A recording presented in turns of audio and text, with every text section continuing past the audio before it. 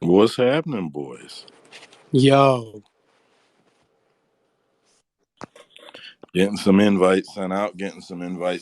What's happening, Andrew K? Dead Picks. I see Brits and Average out there. Vinny. I ain't seen Vinny in a while. I'm just finishing my write up. Give me a minute. What Oh, up? that's good. What's happening, bud? All right. So I can't pin. I wish I could pin these damn tweets. It irks me that I can't. All Which right. ones? Is Trace in here? What did you want pinned up? Just the twinned p tweet, the pinned tweet on our page. Okay, I got it. I'm gonna put the other ones first, the usual ones up top, and then I'm gonna add that for sure. Give me a second. It is all them. It's all of them now, Dad. That one tweet is everything. If you So get that's the the one you tweet at want the then? top of the page, yeah, it's got everything. It's a thread. All right, sounds good. Give me a second. Appreciate you. All right, there's Vinny.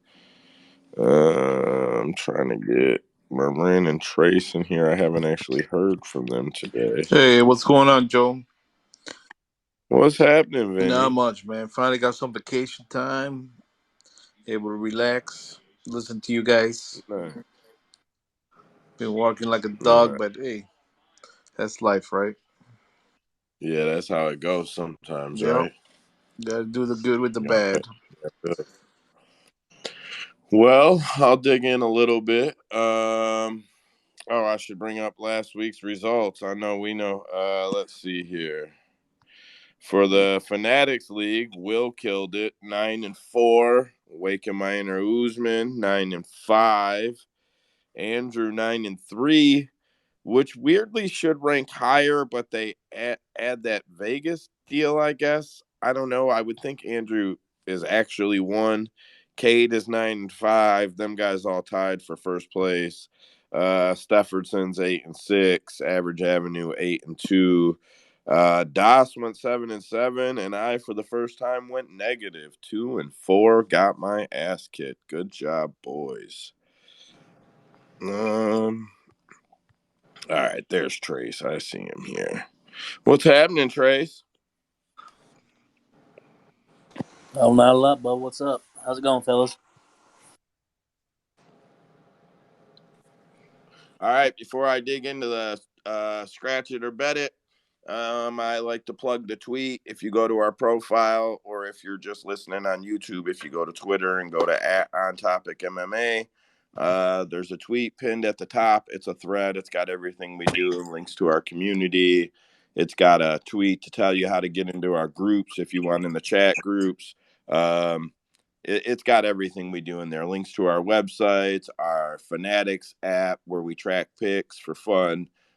It's got links to everything. With that said, I'm going to do a little scratch it or bet it. That seemed to go off well at the beginning last week. It only takes a minute here.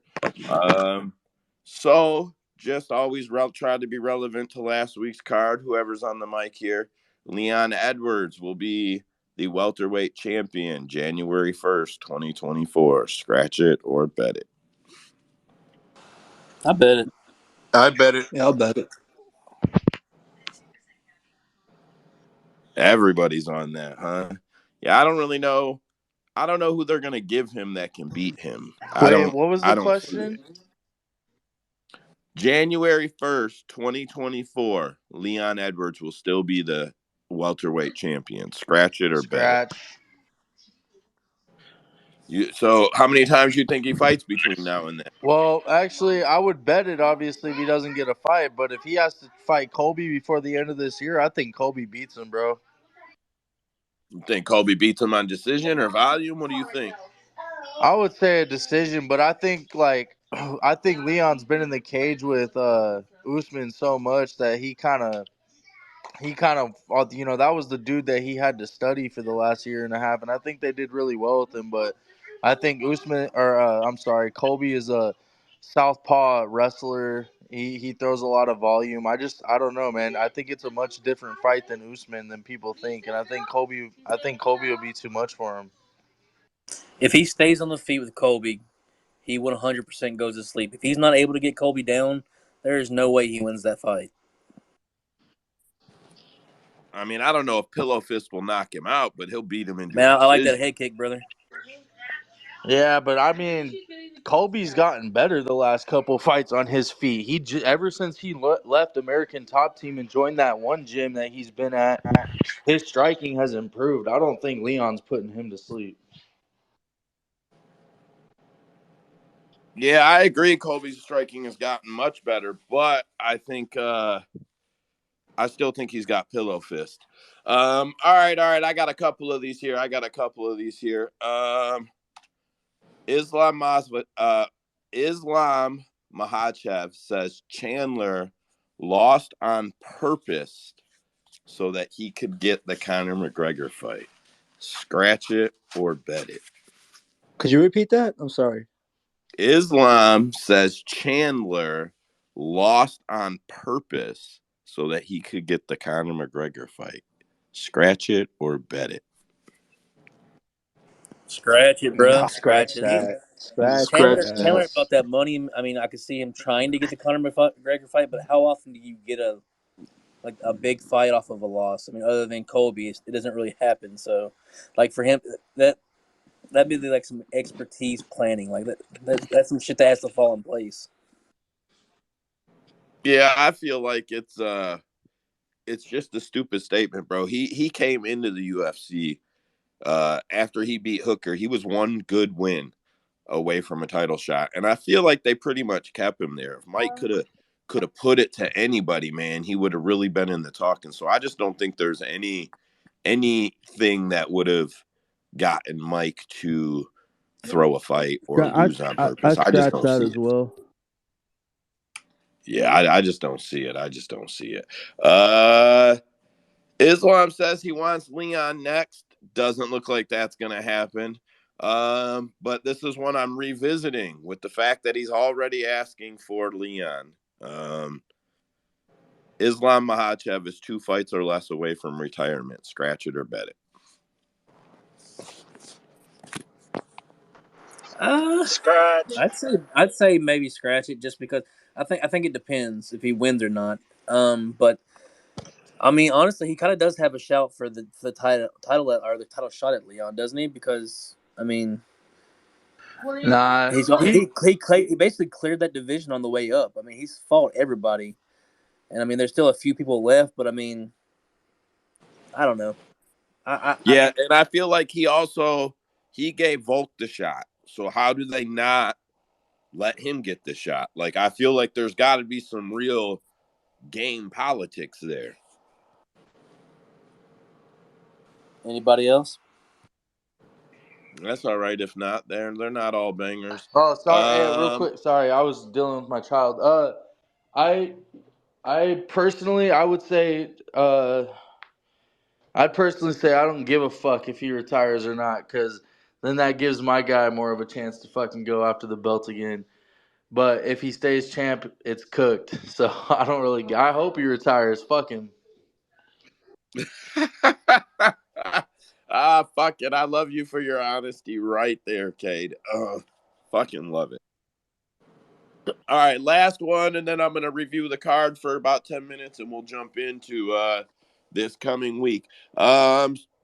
If Holly Holm takes an L this weekend, this is her last pro MMA fight, whether she announces it or not. Scratch it or bet it.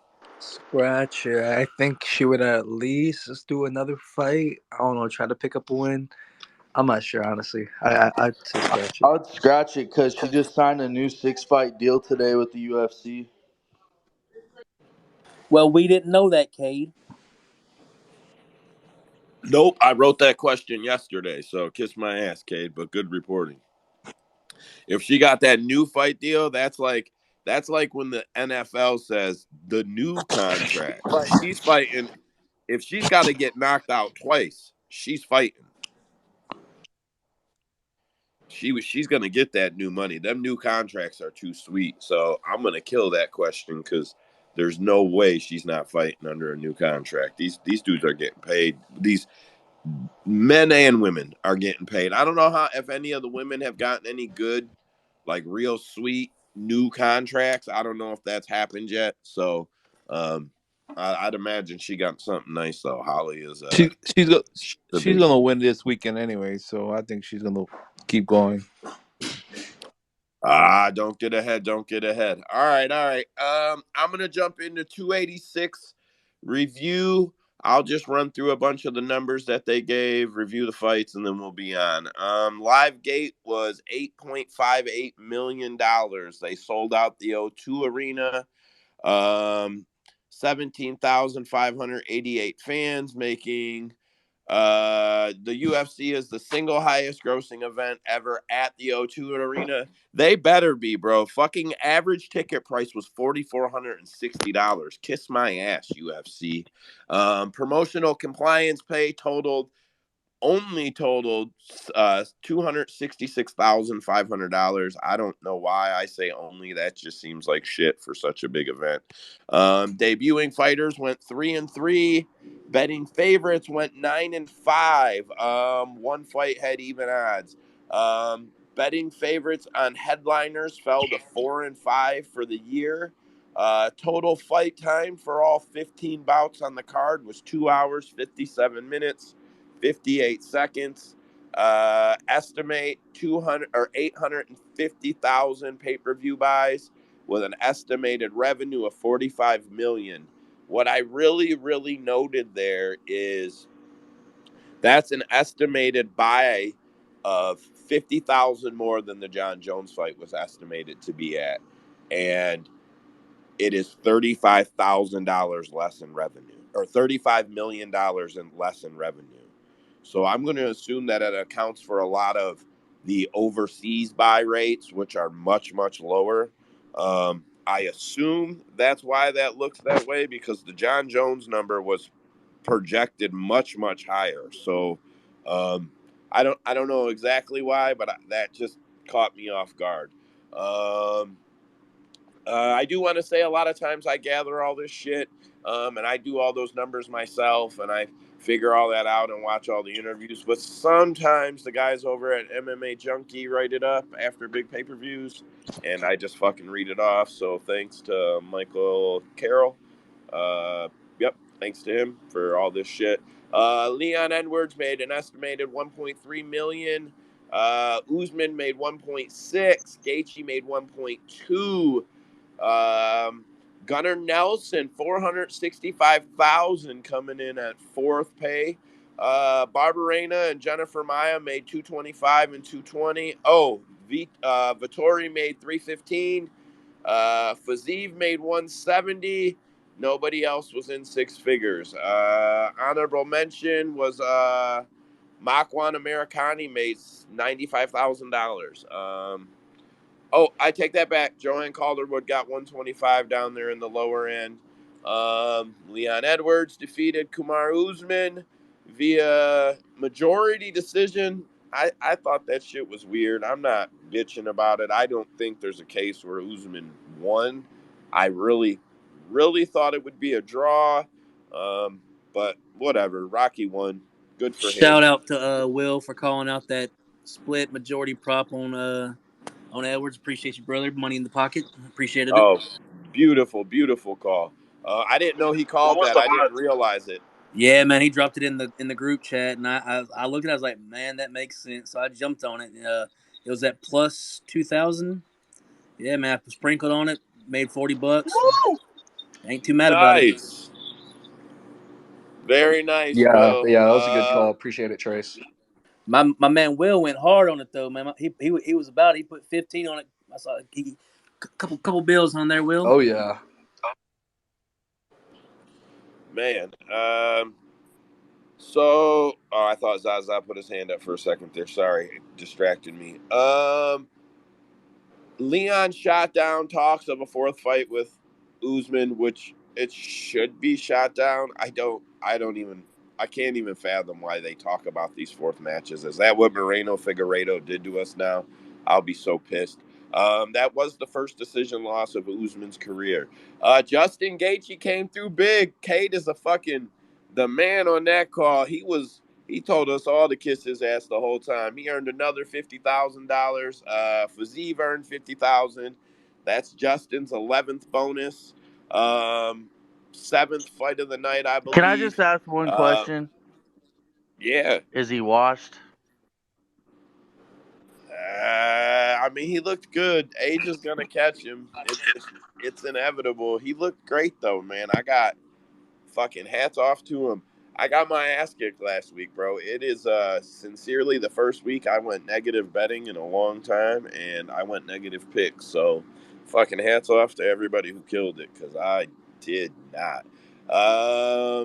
Gaethje has had 11 fight bonuses since 2017. I thought that it was 11 since just 2017 was more awesome than anything.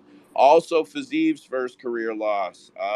Gunnar Nelson defeated Brian Barberena first round via armbar. I feel like that was pretty easy to see coming. I don't really remember anybody being on Barberena last week. If you were, shame on you. But I'm pretty sure everybody in this space was on Nelson last week. And He has earned 19 or 17 of his 19 career victories by stoppage, most in the 155-pound division. Um, Andy Hickey, who may be in here, I invited him.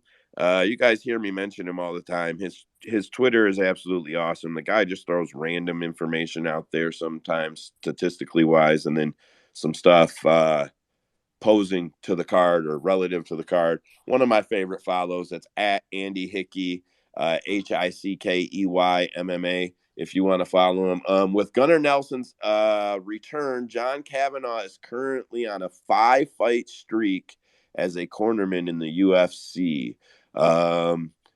He's got Moldova's fight coming, Johnny Walker coming, and McGregor coming. So could be a comeback for the camp over there. I don't know how important that is or isn't to anybody, but we see these gyms go up and down. Jennifer Maya defeated Casey O'Neill via unanimous decision. Maya earned 5 of her 6 victories via decision. O'Neill had her 9-fight winning streak snapped. That's all I really got on that one. Sorry, I didn't give the big exciting write up there. Marvin Vittori defeated Roman Dolizzi. No, he didn't, man. I can't even fucking believe I gotta say that, bro. That shit was 1-3. 1-3 was Roman, bro. I watched it back. I disagree. I disagree. I no, I disagree. agree. I So agree. what I was it? agree. That shit was a I robbery. do Hold on, he Robbery. disagrees agree. though. Wait. He disagreed. So who disagreed? Zaza? Yes, sir. What rounds? Tell me the rounds, bro. I'm not mad at you. Just tell me the rounds. Nah, I think Vittori won the second and the third. Man. All right. I ain't gonna. All right. Everybody's entitled to an opinion, but I'm still gonna wave the Roman flag and say that Rome was robbed. That's all. That's all I'm I'm gonna with you say. on that, Joe, because I didn't see fucking Vittori do shit. He was fucking. Man, He was on the I ground. was He was super on pissed. top of him all the time. I don't know how the fuck those judges saw that shit. That shit Hey, played out. y'all got insurance, right? Go get that vision check, boys. Come on, man. I mean, I'm wearing my glasses, bro. It doesn't change what happened in that fight. You could see the scorecards with glasses, without them. Either way, Jack Shore defeated Makwan Americani via second round submission, rear naked choke. Jack Shore was successful in his featherweight debut. Jack Shore has earned 13 of his 17 career victories by stoppage. Makwan Americani fell to 2-6 in his last 8, and has still, this is my fact, my stat, has still never beat a pro fighter with a winning record in his whole professional fucking career. Yeah, I hope everybody here was on Jack Shore last week. Besides the fact that Jack is a talent, Makwan is, again, the biggest fade across all 3 of the biggest promotions. At featherweight. He is the biggest fade in all of their divisions. I don't think he would do well in Bellator or PFL. Chris Duncan defeated Omar Morales via split decision. I don't know why I skipped this one. I wrote nothing. Yeah, so I'm just gonna fucking skip it. Yano Ashmov defeated Sam Patterson via first round TKO punches. That was Yano's UFC debut, so he was successful. He has earned six of his seven career victories by stoppage. Patterson, 0-1 in the UFC, lost his debut. He has suffered both of his career losses by knockout. Mohamed Mahayev tapped in the first round, and the referee didn't do anything about it. And then later on, he got a submission via rear naked choke or something. I watched the fight. Tap, tap, tap, tap, tap, tap. I seen it. I'm gonna die on this hill. He fucking tapped or signaled. I don't care what you say. That man tapped or signaled. I'm not even that guy. I fought so hard to keep that shit out of this space, but he tapped or he signaled. Fuck that. He tapped or he signaled. And if he was doing whatever he said, patting him for whatever fucking reason, kiss my ass. That's a tap. And I wish the ref would have seen it and called the fight and cost you the fucking match for it. Because that shit is bullshit. I'm going to skip right over it because that shit is bullshit. Lerone Murphy defeated Gabriel Santos via split decision. Santos is 0-1 in the UFC, had his 10-fight winning streak snapped. Suffered defeat for the first time in his career. Christian Leroy Duncan defeated Dusko. I say Totorovic. I think I say it wrong. Totorovic. I think I say that shit wrong. Todorovic. Todorovic. Via first round TKO or injury. I don't know. It was weird, and I was eating, looking up and looking down. Having that fucking bullshit fight. Good Um, call, Andrew. Good call, Andrew. Knockout. First round. Good call, Andrew. I'm just saying, man. I don't know if y'all been noticing, but my man Andrew been on fire lately. This dude been calling out some good fights, man. Yeah, bro, and he's been on tape, and I give him a lot of credit because he's killing it on tape. So I'll shout out the tape team real quick. I was gonna do it before the thing. We've got a group of guys, and anybody can get in it. Just message us. We break the card up and do tape every week.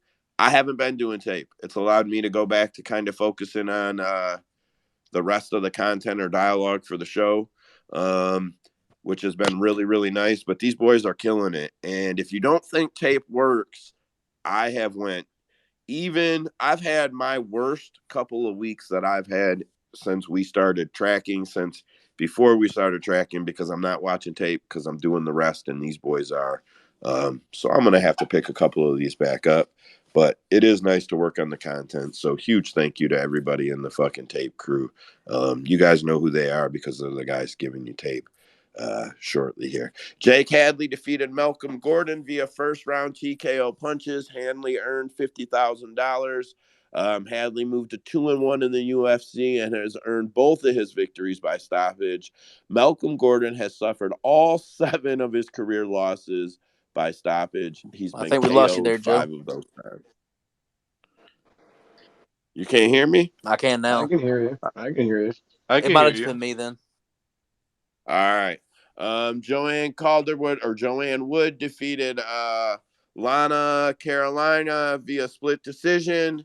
Ludwig Klein defeated Ja Herbert. No, Majority. that was Oh a no, that tie. was majority draw. I'm sorry. Klein versus Herbert was majority draw.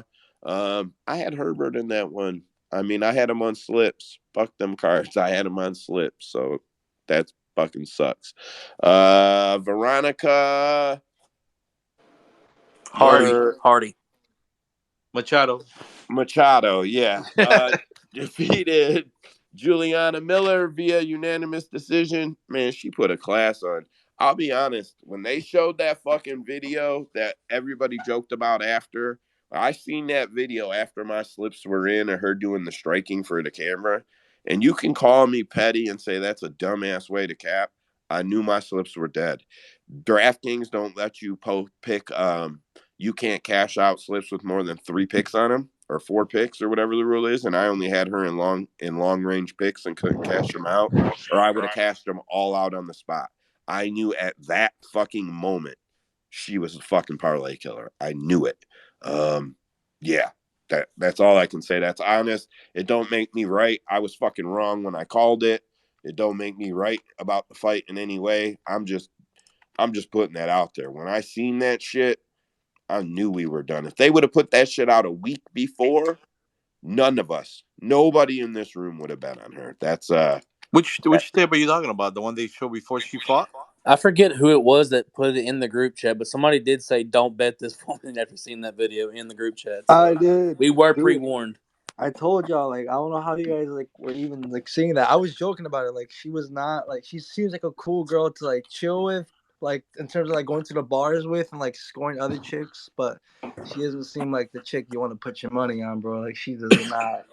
No, like I would not be betting her, bro. Like, she's a fade, bro. Insta fade. Yeah, that's a striking deficit that will not be made up for. Say what you want. This is the UFC. Um, that I don't know how she overcomes that deficit. That video was fucking horrible. If nobody knows what we're talking about right now, if you go on YouTube or even search on Twitter, Juliana Miller, you'll find a video of her posing for the cameras, and she's like doing a jumping knee and throwing some punches, I think. And the level she does it at would it will prevent you from betting on her, I would imagine. She's like a mini Ricky Tercios, you know, like those two look like they were made for each other. Bro, my wife was fading her on the Ultimate Fighter, son. My wife knew to fade her. um, Last thing I got is that I left out were salaries totaled $6.5 million, 6,547,000 to be exact, from estimations. Uh, it's kind of relevant that I say that because the UFC catches a lot of shit for their fighter pay. But when we look at their infrastructure and everything they've built, I'm gonna ring off Bellator's recent card fighter pay, and um, yeah, there are 3 fighters on this last card that made what the entire card made, plus a few dollars. So the UFC catches a lot of shit, but Bellator's owned by fucking they're owned by Viacom, Paramount. They're owned by major networks with major money too, and they catch zero shit about it. So anyway, that wraps up UFC 286. Oh no, it don't. I don't care that we're gonna go 1 minute over. Did anybody see Paul Sutherland's scorecards? Yeah, No. 30-27. Morales was pretty funny to me. Yeah, 10-9, 10-9, 10-9 for fucking Morales the whole card, bro. Like, what? Like, no fucking way. Even if you, for some reason, gave him 2 or 3, like, whatever. Judges see shit different. Like, even if you gave him round 2 or 3, there is no fucking way you gave him 2 and 3, bro. I don't. Nah, them judges rigged, man. I'm telling you, bro. How do you see the stuff like this every time? It's like just not like I don't know, man. I'm tired of these judges. That's the fucking UK judges, man. The fucking UK judges, they're the ones that need glasses. Listen, I'll be clear. I've always said that I believe in corruption. I just don't believe the UFC is scripting or fixing fights themselves. I believe in the bookies, know the guys at the hotel that deliver the equipment and get it there late. They know the judges, they know the refs. I believe in all that shit. He also scored the what was the other fight? So he was on 3 fights, right? So he also scored the Roman Dolidis fight, and he scored that 30-27 for a Vittori. He did the same thing there. He's the one And that then, cost us that fucking fight. Then, Jesus. yeah. And then he did he did one more. Okay, so he did the 10-8 for Vazeev in the third round. Or for Gaethje in the third round. Everybody else did 10-9. He did 10-8. Which, if you see it as a 10-8, I don't think it was. But if you see it as a 10-8, whatever. But I don't know. After we see the other two cards that just look so fucking out of whack, it's just, I don't know. Fuck that guy. Okay, so that went 2 minutes over, but it was worth saying fuck Paul Shame Sutherland. on you. Yeah, fuck Paul Sutherland. All right, so that gets us into UFC San Antonio. Couple of quick card notes. Fights 3 and 4 were switched around. Fights 11 and 12 were switched around. That is the home landwear fight were switched around, and the Trey Ogden Torres fight and the Vergara Silva fight swap spots. Brogan Walker versus Nan was canceled. It was Brogan's fighting someone on a later card. I don't remember who it is offhand. Yeah, I don't remember who it is offhand, but I do know she got rescheduled to fight somebody, and I got that in after this. Marin's not in here, huh? No, Marin? I didn't hear from him today. That's all right. I can do tail of the tape unless Andrew wants to do it. I know he mentioned he might do it if Marin's not around. Yeah, I got it up. All right. What you got up? Looks like the first one is going to be Haley Cowan versus Tamiris Vidal. I don't know why everyone is so fucking intrigued by this fight. It actually is amazing to me. This is the fight that is just being talked about so much in the group chat. But it is a bantamweight fight. Haley Cowan 7-2. She's 5'8" with a 67-inch reach. She's facing Vidal, who's 7-1, 5'6", 68-inch reach. It shows on UFC.com that she's 134 pounds, and then it shows that Cowan is 146. So it seems like Cowan is actually going to be the bigger girl. If we go to the odds, Haley Cowan is minus 118. Tamiris Vidal is minus 102. It's essentially a pick'em. I have zero interest in this fight. This is just can versus can opening prelim fight. But I do know Will is on tape, so go ahead, my man. Hold on. I usually get in right before tape. I don't mean to sound like a dick. Prima donna. Prima donna, that's me. I've watched tape on Cowan for her last fight, and the fight never worked out. I don't know. I heard a lot of guys arguing for Vidal. I'm not going to comment on the tape because I didn't watch tape on Vidal. But I will say that she's shown a couple submissions, arm triangle and Kimura, which could be live. If Cowan's laying on top of her being lazy, which she does have her lazy moments when she lays on top. She's clinch ground, takedown dependent. Yeah, I think if Vidal tries to step in and out like she did with Ramona, Cowan just shoots on her every time. I don't think it's worth betting. I'm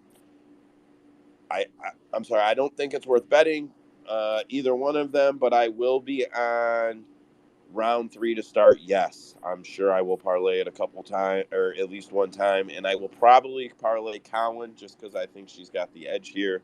I believe Gary initially had tape, and then Will did tape, so I think it's Gary then Will. Gary, you there? Yeah, what's up? You're up. Cool. Man, this is going to be fun. I love it. Go ahead, man. So yeah, Cowan's pretty athletic fighter. She's got like a Division I college background, and she is pretty big for the division. She started MMA a bit late after college, making her UFC debut at 31 years old. The main thing with Haley Cowan is like she's decent when she's in favorable positions, but she's basically a liability when she's not in favorable positions. Sometimes she struggles to get to those favorable positions. There's always like one round each fight where she is able to get her opponent down and holds them down a considerable amount of time, usually like 2 to 3 minutes. When she is in the non-favorable position, she often exposes herself to submission attempts, losing to them twice. On the feet, she has decently quick hands, but lacks the quick reaction and polished footwork to avoid damage. I feel like she gets pieced up by strikers. She does do damage against the cage and controls, especially early on in fights, but I think she tires and struggles to control as the time passes. I don't think she's a concern to finish at all, like against UFC fighters. She'll maybe catch like the occasional first round rear naked choke just by overpowering people, but I really don't think she's going to finish many, if any, people at the UFC level. The caveat to Cowan, because I think overall, like, she's just not a great fighter, is that the UFC machine seems to be behind her. She pulled out last minute to the Perez fight for an ovarian cyst just to be back on a card a few weeks later in her home state. The line movement, she opened near plus 200 dog just to get bet down to minus 140. Some notes on her like fight history. She lost the 36-year-old Kaylee Clayton by a guillotine, which I just posted in the chat. It looked very similar to a guillotine that Vidal tried to pull. Then she had a fight in Texas with Cloudy, who Cloudy's actually a decent prospect. Like, she took Blanchfield to a split and lost.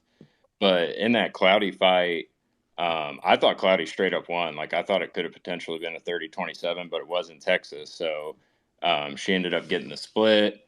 And then on her contender series, I also thought that was close, but I did think it was correct to give her the split decision. Leitch could have won, I think, with maybe like a minute more of control time in the third.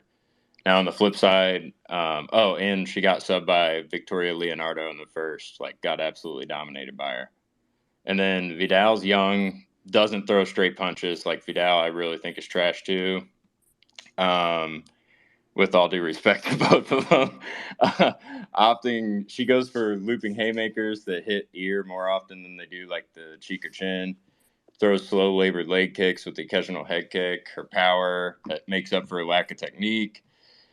She gets taken down and can be held, but at least from what I've seen, outside of Eileen Perez, she doesn't get held down for longer than a minute. Like, on rare occasions, she'll get held down for about a minute. She's constantly grabbing for like ankle picks to tie up legs, create scrambles, try to reach her feet. She loses balance. She loses balance easily, but is deceptively strong in like cage clinch situations. And I think she's strong enough to actually neutralize Cowan's grappling in later rounds.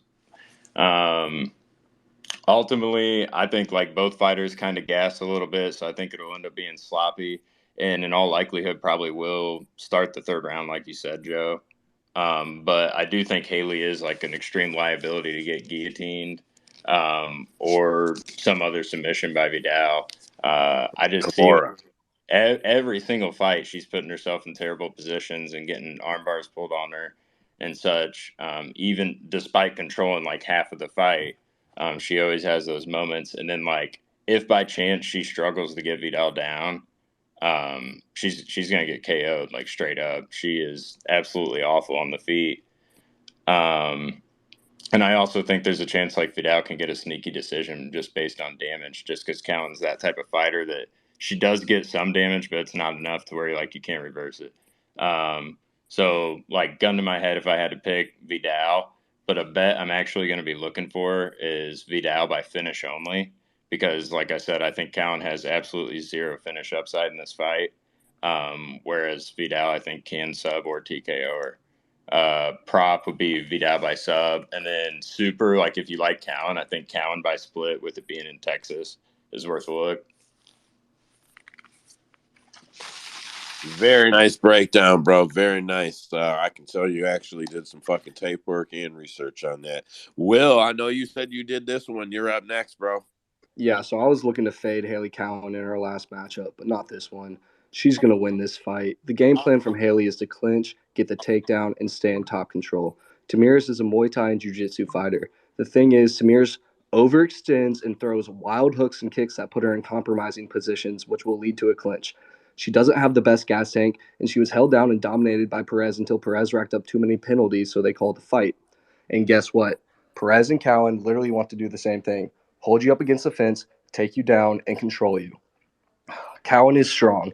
I'm betting the girl who did acrobats and tumbling at Baylor University will have better strength and conditioning than a broke Brazilian fighter. I'm betting the girl who is 5-1 when she fights in Texas. I'm betting the #1 pound for pound pro in Texas to get her first UFC win in Texas. I've watched many of Tamiris' fights, and she is lacking wrestling, grappling, and cardio. I'm taking Cowan. Man, I love your take. Dude, the conviction, my goodness. And that was my take on her last fight when everybody was against her, bro. I felt exactly how you feel right now. Her strength is huge. Um, man, I felt a lot of the way you feel right now. I will say this, and I'm not, I'm not instigating. I will just say this in Gary's defense. I really think the Kimura will be a threat or a worry at some point in that fight. The way Haley will lay there for moments at a time. Like she's active when she's active, and she's not when she's not. And when Haley is on bottom, she fucking lays there. She does nothing about it. So if it gets reversed, that's my worry. If it gets reversed, she doesn't do anything. She doesn't get up. Trace, go ahead. Yeah, I just got a few short comments. I've never actually heard anybody use being broke as a negative. That means they got that dog and then they want that money, so I feel like they're gonna fight for that money. I've never heard it used as a negative. Well, But I'm saying I that. will say this, Will. I mean, I think you did a good breakdown. I unfortunately do lean with Gary. I do think the finish is there, and I was actually going to say, if somebody else didn't already say, that the inside the distance prop for Vidal would be the only way I would bet that fight. Well, I said. You cut out, Will. Oh, well, I'm saying like strength and conditioning, that's a lifelong thing. And Haley's had some of the best trainers in the world at Baylor, and I'm sure she's going to be a lot stronger. You talk about that Kimura. I mean, you got to be strong to do that Kimura. I really think Cowan's going to be stronger. I agree she'll be stronger. Gary, go ahead. She's a Uh, gymnast, by the way. like I do think she's strong, like will be stronger, and I think she can probably, especially early on, like get it to good positions. But I think like what's weird about her grappling is she's like not heavy. Like she's not heavy at all. And that's kind of like what made me lean Perez in that matchup was because like Perez is very heavy. Like very heavy. She uses her base very well. Whereas like Haley, like even when she's maintaining control, like she just gives them that wiggle room. And that's why she gets caught in subs straight up because she just gives them just enough room to like work around their body. She's not heavy on them at all, even though she's stronger. Trace. Yeah, this is just the fight. Like this is one of those fights where, like I said last week, I'm no longer betting women's MMA. I don't have a good eye for it as far as low level women's MMA, anyways. So I mean, this isn't one that I would rush to go bet on. You know what I'm saying? Nah, bro, it's not good eyes. So I don't care what anybody wants to say or argue. When it comes to low level women's MMA, my favorite thing about it is this is us watching UFC 52, man. Anything really can happen. These people aren't as good as everybody thinks they are. I'm not talking about everybody else. I'm talking about this. The skill sets aren't there. Bro, I'm telling you, I've never missed a women's UFC fight.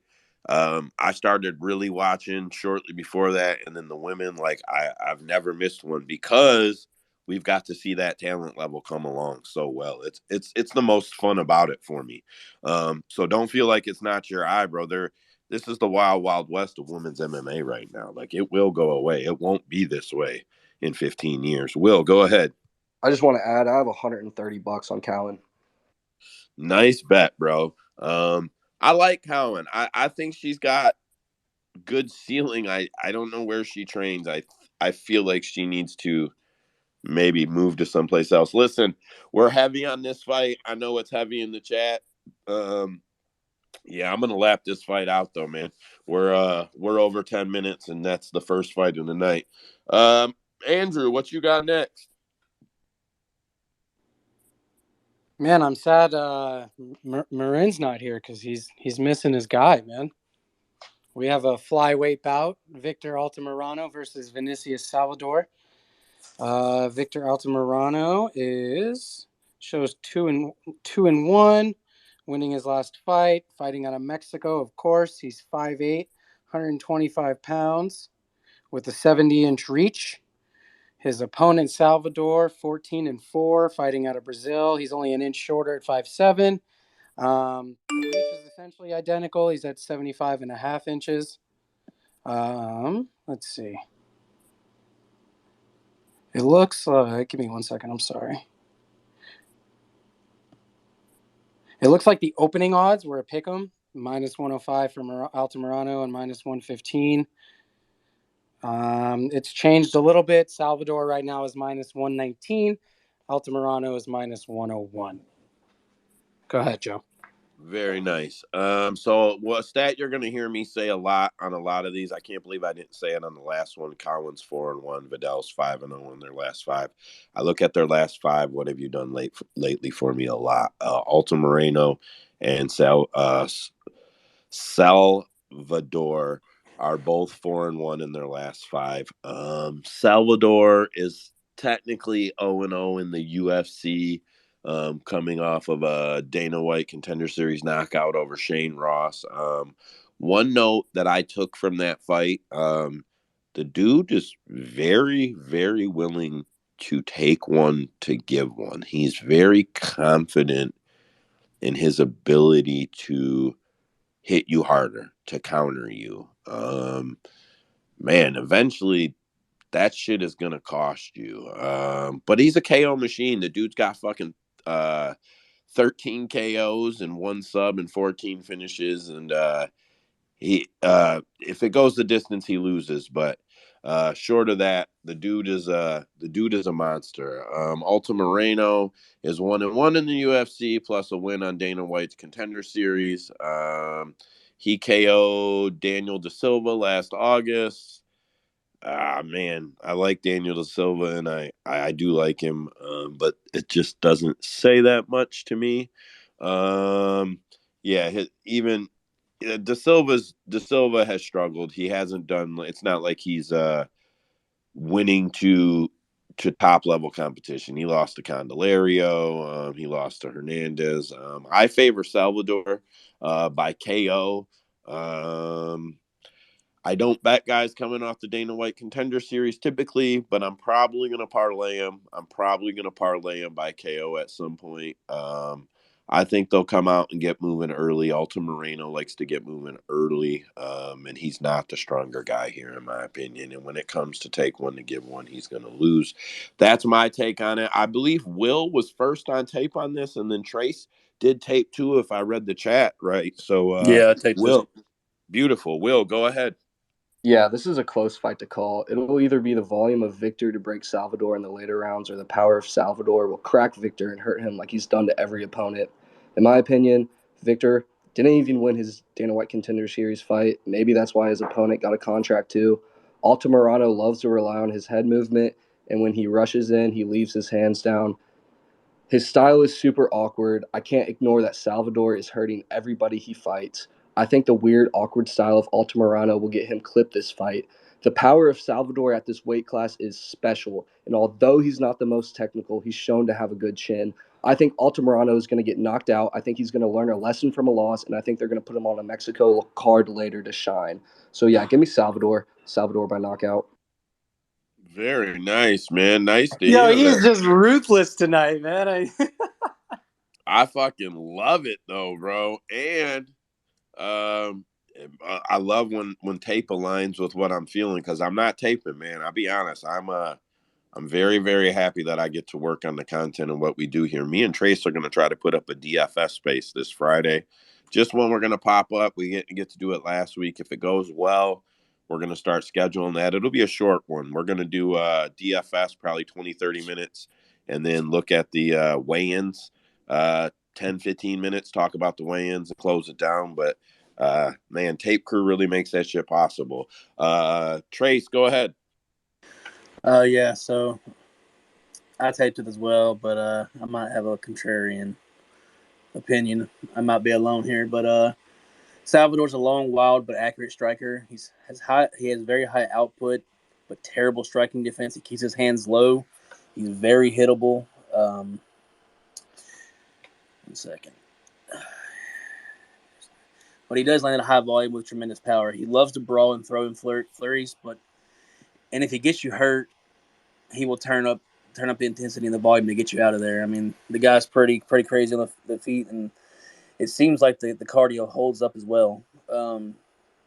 Victor's a quick striker with decent power but he takes his time to set up his strikes.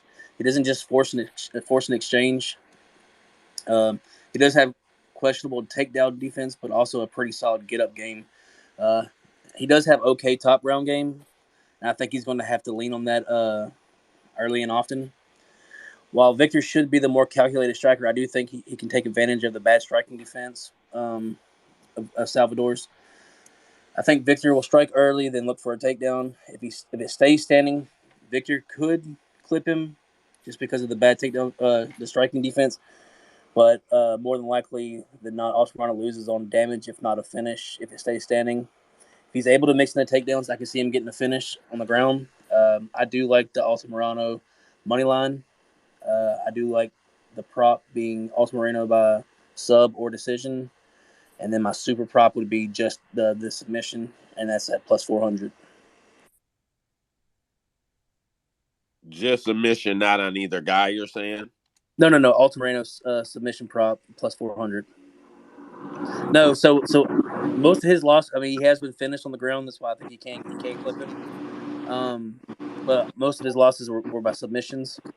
Um, a rear naked choke. Everybody's got one nowadays. I mean, you don't need to be special to get a rear naked choke. I can definitely see him winning that way. All right. So you said Altamirano is the pick. Altamirano is the bet. The super prop is Altamirano sub. What was the prop? I missed it. I'm very sorry. Altamirano by sub or decision, like the sub / decision prop. I got you. I don't have a number on that yet. That wasn't posted, but the bet was Altamirano money line at minus 101, and then the prop was plus 400 submission prop for Altamirano. But I definitely see, like I said, I think he has to get it down.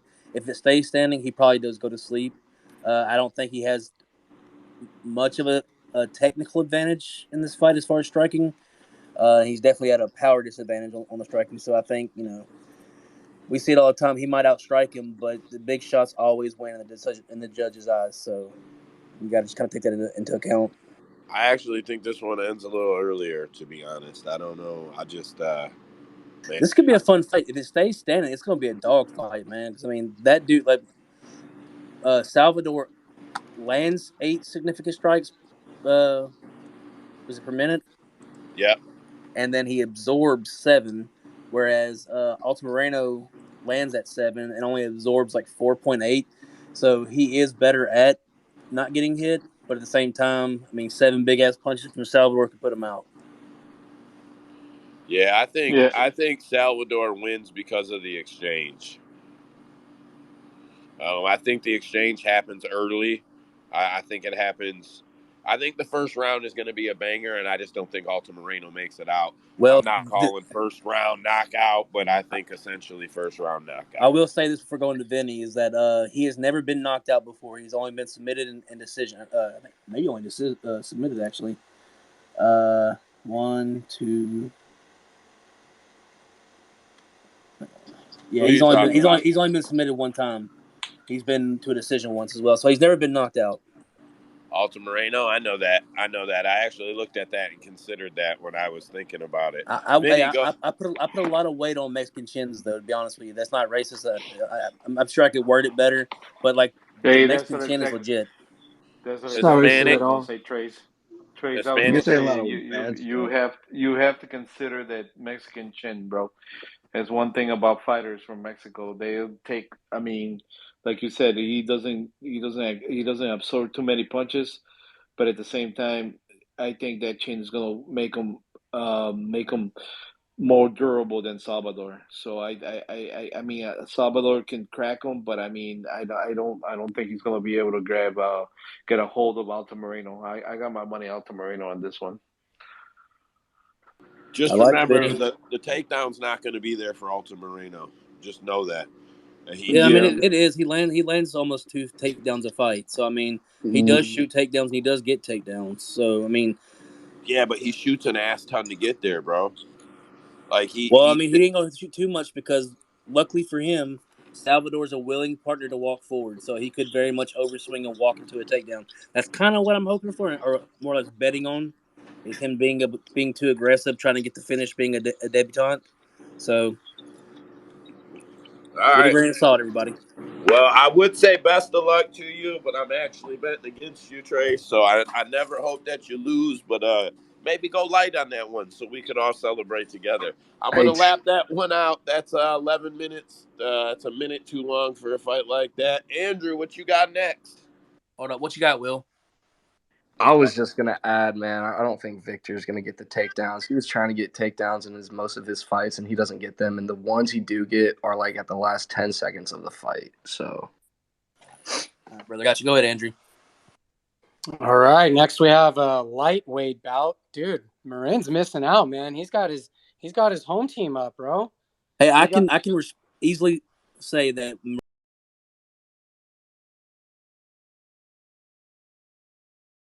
Marin would have been on Altamirano because he loves his Mexicans, brother. We all know he's Mexican proud.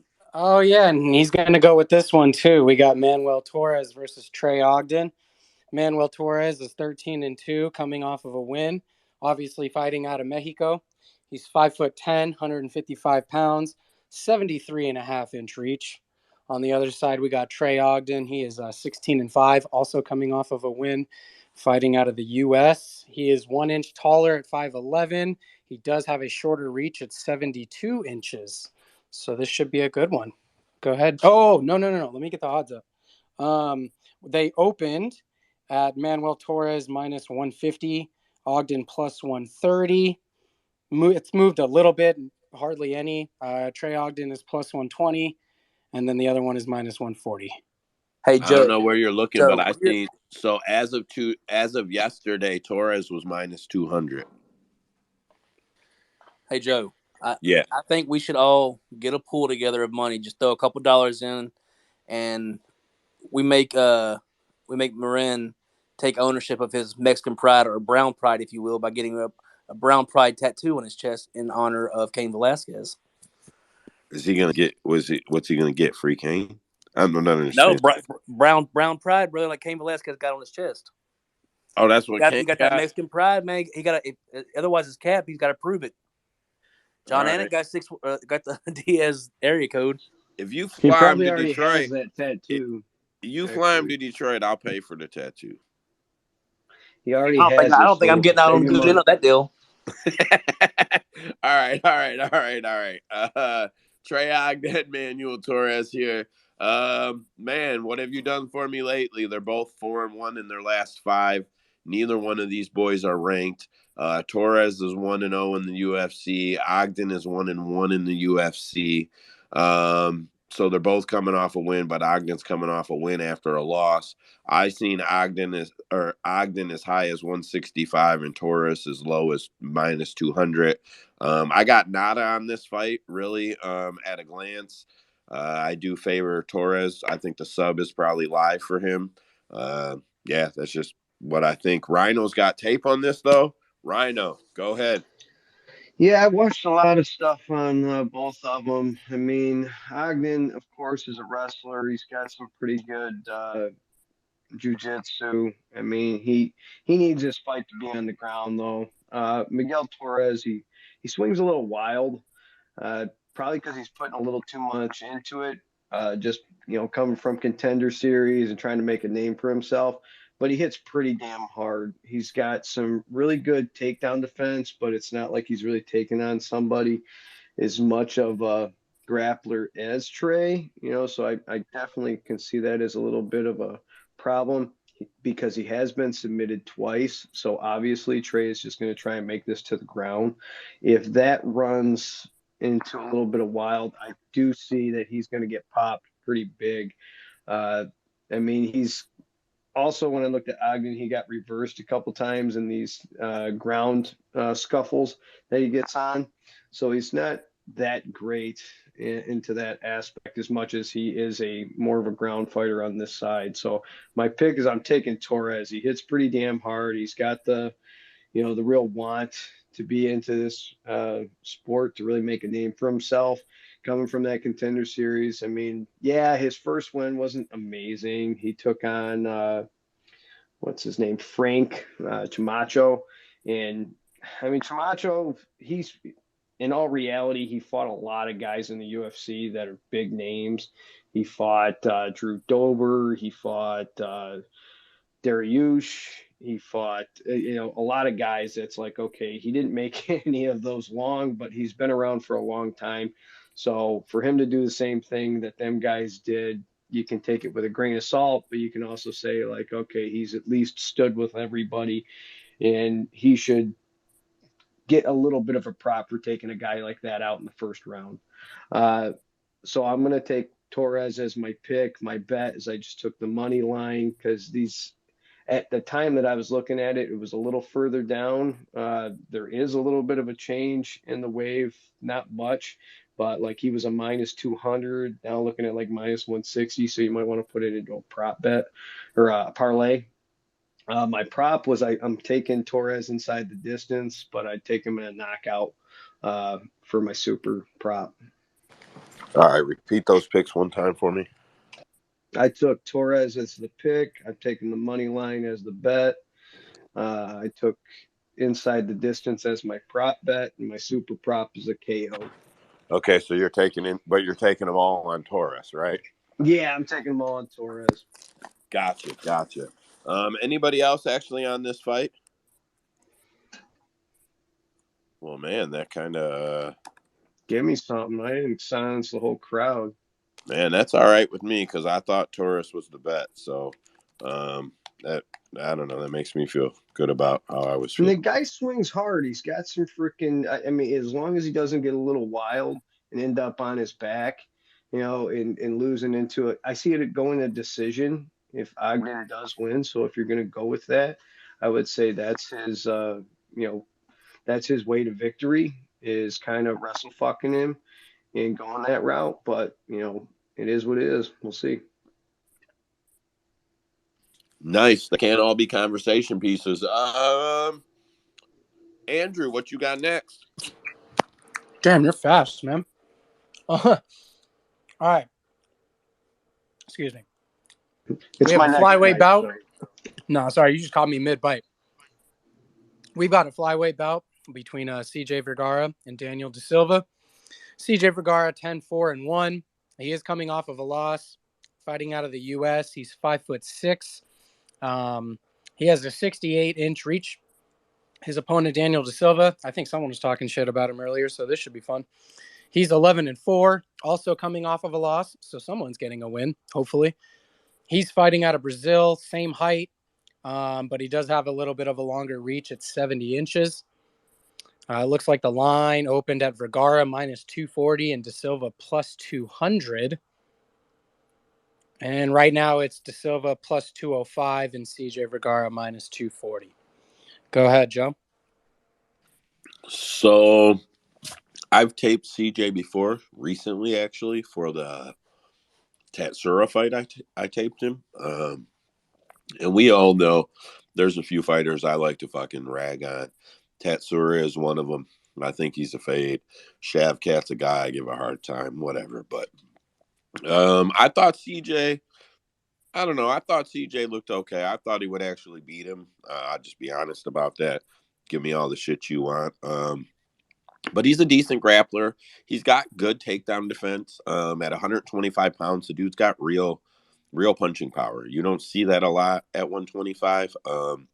I'm not saying he's got flatline KO power, but dude has several TKOs and they're all legit. Silva likes to start fast. He likes to get hit a lot too, so that always works in favor of CJ. I actually think he's the better of the two in the grapple. Like when the grapple gets into the grappling exchanges, I think he's probably better. But I'm not sure that he could get CJ down and try and do something with it. And let's be honest, he's been finished in his last 3 fights. He fights like a fucking moron. Yeah, it is what it is. I favor CJ. I'm sure I will parlay him. I'm not like high enough on him to say, oh, I'm parlaying him for sure. I'm sure he'll make his way into one of my bigger parlays. But what I will parlay is fight to go the distance. No, I guarantee you, I will play fight to go the distance. No, I think this one. I would bet under 1.5, but I could see it happen late in the second. If I can get better odds on round 3 to start, no, I'll probably take round 3 to start, no. But I think this fight ends in the first 2 rounds. I believe Rhino had tape, and then I think Average has his hand up. So Rhino's first, and then we'll get to Average. All right. I mean, I agree a bit. CJ's got, he's a pretty good all-around fighter. I don't think he's really had too much top competition. I watched the Osborne fight, where Osborne's a little better because he's southpaw, and so is De Silva or Lacerda, whatever the hell his last name is. Uh, so, I mean, that part, I seen him kind of throw a pretty good left hook. He did throw a couple right head kicks that I liked that were pretty good in that fight. It was pretty close for a size disadvantage in that fight. So I think that was kind of pretty good. When you look at his two fights with that Rodriguez guy, he stopped him out of 7 takedowns. He landed 2. He actually reversed one pretty good. But I think he was kind of gassed. Rodriguez might have got popped a little good. So it was kind of a last second takedown. So he kind of got flipped. But when he flipped him, CJ was able to stand it up pretty fast. So his grappling to get the back onto his feet is pretty good. I like his stance. It's pretty solid. He's not wild or freakish in that aspect. So what we're seeing in these gyms being a little bit more uh, conservative in their striking stances and trying to stay more textbook on it is pretty good. I like that about him. When you look at De Silva in these losses that he has with Jeff Molina, he turned it all into a crazy wild grappling game. I mean, yeah, he got into some arm bars, but he basically kind of gassed himself, and that's how I think Molina beat him pretty quickly. Then he tried to take down Little Figgy. Little Figgy just like quickly switched it into a knee bar and made him kind of look pretty stupid, in my opinion. The Victor fight, they both knocked each other down. So, I mean, that you got to give him a little prop of landing a strike there. But then he just fell apart at that. So, all the pressure's on him to win. I don't know how you can pick Silva. If you're feeling like Silva, I think you got to look at the other fights on the card. So, I'll take CJ as my pick.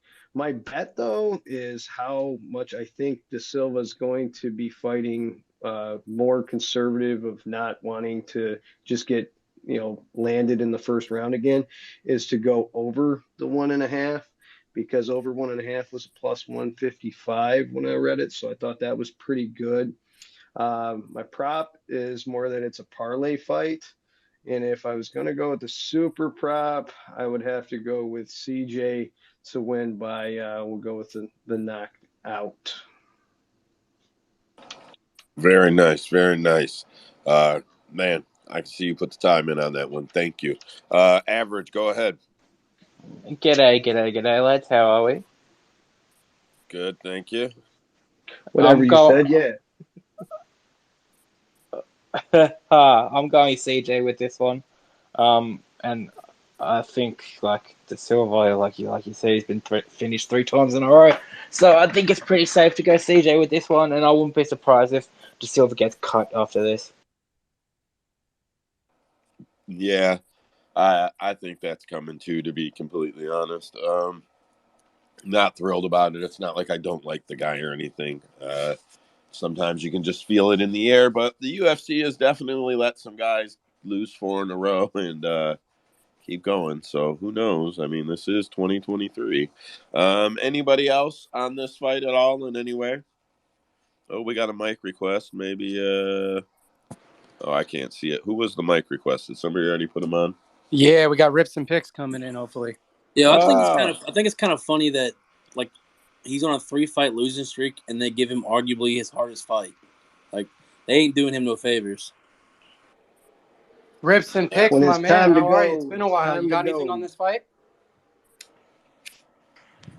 Shit, what's up, boys? How we doing? Yeah, I mean, in terms of this fight, the only reason I was joining was I feel like I've been seeing this kind of dynamic matchup a little bit lately, where I'll give an example of just a little bit more recent than last week, or a little farther back, like Alex Hernandez versus Billy Q. Alex Hernandez is a guy who has a lot of finishing equity in the first round, hits really heavy, but he's a guy that definitely slows down over the course. He can win a decision against a guy like Jim Miller, even though Jim Miller almost has his back and almost finish him. But a guy that actually has hands or is going to come forward, like example Billy Q, That fight was so easy to bet. You could bet Hernandez round 1, and then you can bet Billy Q round 2 and 3. Now, to give an example here of last week, just last week we had Makwan Amirkhani versus Jack Shore. This is the literal same dynamic. You have the dog in Makwan, who's super live in round 1, can finish the fight in round 1, and his round 1 prop for sub was plus 1,800. And then you can take Jack Shore rounds 2 and 3. Like it's just some of the easiest ways to play some of these. So Daniel Da Silva versus CJ Vergara just fits exactly into that dynamic. I'm gonna place a bet on Lacerda round 1 sub, even though I'm very confident that's not gonna hit. It's just such a high number and gonna cover you. And then I'm just gonna take Vergara rounds 2 and 3. This might be the one outlier fight that might go over 1.5, but I still don't think Lacerda is going to make it to the judges. So, just play the dog live in round 1 and take the favorite to finish the fight. Man, I got to be honest and tell you, you said something there that concerns me. You said he's like Makwan Americani. Makwan Americani has never beat anybody with a winning record. That's not me being a dick. That's real.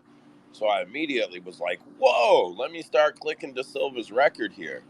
Man, he's beat some people with some winning records, but not all of them. Shit. Yeah, it's more about the variance, I would say. Like the biggest thing I guess I try and cap in most MMA is what is the variance going to be. So like, for example, like I was pretty confident Leon was going to win last week. I was happy to get the decision, but man, I didn't know if he was going to be able to knock him out. Part of me thought, man, Leon's got subs. What if somebody wraps up a sub? What if this goes to decision on the other side? What if Usman knocks out Leon? I didn't think it happened, but shit, it could. What if Usman somehow finished it? Like all the variants and possibilities and outcomes for that fight felt like they were all over the spectrum. In this scenario for a De Silva versus Vergara, I just feel like the variance is so low. I think the highest variance we would have would be Vergara by decision. But other than that, this feels so straightforward. De Silva has all his wins in round 1. Only time he's been past round 1, he got finished in 40 seconds to Jeff Molina. So it just feels like the variance is very low, and you can kind of take advantage of that in this one. Yeah, pretty close. He went 4 minutes 59 seconds into round 2 once, but yeah, it's all round 1. I'm not giving you too much debate. I'm just staring at it. Anybody else actually on this fight?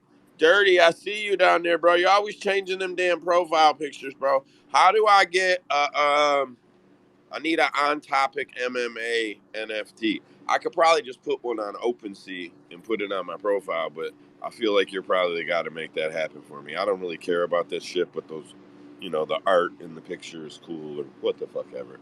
Anyway, lap this fight out. Andrew, what you got next? All right, we're going up a division. We're going up to welterweight. We got the vet and Trevin Giles versus the up and comer Preston Parsons. Trevin Giles is 15-4, coming off of a win. He is 6 foot tall, and he has a 74-inch reach. He's fighting Preston Parsons, who is 10-3, also coming off of a win. He's a tad bit shorter at 5'11", and a little bit of a smaller reach at 71 inches. It opened at -110, which is a pick'em. It still is a pick'em as of now. The line changed just a tad bit. It's -103 for Parsons, -117 for Giles. I did tape on this, but Joe, go ahead, and then I'll go after you. I actually don't have much on this one. Just what have you done late for me lately? Parsons is 4-1. Giles is 3-2. Parsons is 1-1 in the UFC. Giles is 6-4 in the UFC. I look at those numbers because what they've done in the big show, if it's relevant, is that's what seems to matter. I don't mean to be an asshole, but that's just what seems to matter. That's all I got. I got nothing on this one, Andrew. This is all you. Take it. Cool. So we'll start off with Trevin. He's been in the UFC for quite some time. He's got wins over Kosi, Dolidze, Bavon Lewis, James Krause. He does have a few losses against Morales, Dricus, Gerald Mearshart, and Cummings. What I do like about him, he's a good striker. He's a pretty good boxer. He has very nice hands. His jab is excellent. That's probably the best thing about him. He has an excellent jab. He fucking puts it out there. It's strong. He fights with his hands down a little bit, kind of like Bobby Green. So his jab will come from different angles all throughout the fight, and it definitely throws people off. He's a very accurate striker when he throws his punches. He is pretty low volume, but when he throws them, he does land, and they do hurt. He does have decent takedown defense. He usually does get up. He doesn't get stuck on the ground too often. He has a nice right hand. He's got hooks. He can throw them any way he wants, and he's got a speed advantage when he throws those punches too. He does have the ability to fight on the ground. He does have the ability to submit someone. He's no stranger to the ground, so unless he's facing just like an elite grappler, I don't see him getting like outclassed. I mean, obviously against Mearshart, but we're talking about Gerald Mearshart here. The things I don't like about him, he has, in my opinion, he has a very poor fight IQ. He does eat calf kicks. He doesn't check him at all. He does fight with his hands down, which is why he got knocked out against Morales and Dricus. That's really frustrating for me because the fight against Morales, he was beating him. He actually dropped him in that round and was beating the fuck out of him. But because he jumped in with his hands down, he obviously got caught. Same thing with Dricus. He started putting it on Dricus against the cage, and then he backed up with his hands down, and he got caught. He is content getting clinched, so he will sit on the cage. And I am concerned about his volume lately, just because when he came off that knockout against Morales, his fight against Kosi was very worrisome to me. He fought super cautious, like more than he normally does. It's hard to tell if he was just worried about the takedowns or if he's just afraid of getting knocked out again. I don't know, but that does concern me. Moving on to Preston Parsons, he's pretty new to the UFC. His only win is his last fight against Evan Elder, which is actually a lightweight who was coming in on short notice to fight at welterweight. And his only loss is against D-Rod. That was his UFC debut, which is a pretty tough call if you ask me. What I like about him, he's always moving forward. He pressures. It's his nickname, Pressure. He always pressures his guys. His cardio is strong. He does have leg kicks. I did see him improve his hands a little bit. He does have a decent left hook. He's pretty decent when he counter strikes. He's a great grappler. Obviously, that's what he does. It's what he's known for. He gets to the ground. He likes to take the fight to the ground. He's always hunting the arm triangle. He's always hunting the rear naked choke. Most of his wins have come by submission, a massive majority of them. However, they're not in the UFC. They're against regionals, so I always expect that. He does have good wrestling. He can take you down with the single leg, the double leg. He knows what he's doing. He's always looking to take you down, and he can throw calf kicks. What I don't like about him is he has trouble with his striking defense. He definitely has the ability to get caught. He struggles with bigger guys who have takedown defense, i.e. Daniel Rodriguez. I get it. That's a very tough call for a UFC debut, and I usually don't like to put a lot of stock into a UFC debut. But what I got off the tape is he can't handle guys that are bigger than him, that have good takedown defense, and that who have strength, because he got pieced up by that left hand over and over and over, and he had nothing to do that could stop it. While I do like that he throws calf kicks, he doesn't set them up, so he's prone to getting hit, and he eats calf kicks. He eats calf kicks as well. The one thing I don't like is he can be extremely dependent on the takedown. So if he doesn't get it, he might be in a world of trouble. This fight, man, I'm not betting it. I'm going to be completely honest. I say this every week. I always like to tape before I look at the odds. And when I watched the tape, I was like, I don't know, man. This could go either way. This is a pick'em in my opinion. I looked at the odds and I was right on point. I would love to take Trevin Giles, given his experience, his size advantage, his strength advantage. However, I can't put my money on a guy who has poor fight IQ. I can't do it, especially when his opponent has a pathway to victory. I've got nothing on this. Like I said, I did the tape. I have nothing I'm confident in.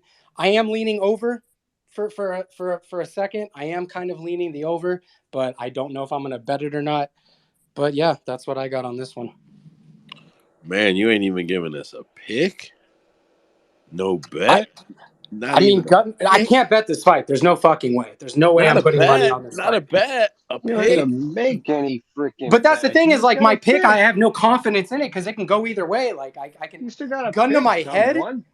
Yes. Gun to my For head, I'll gun to take your head. Trevin Giles, but I really have Okay. like no confidence either way.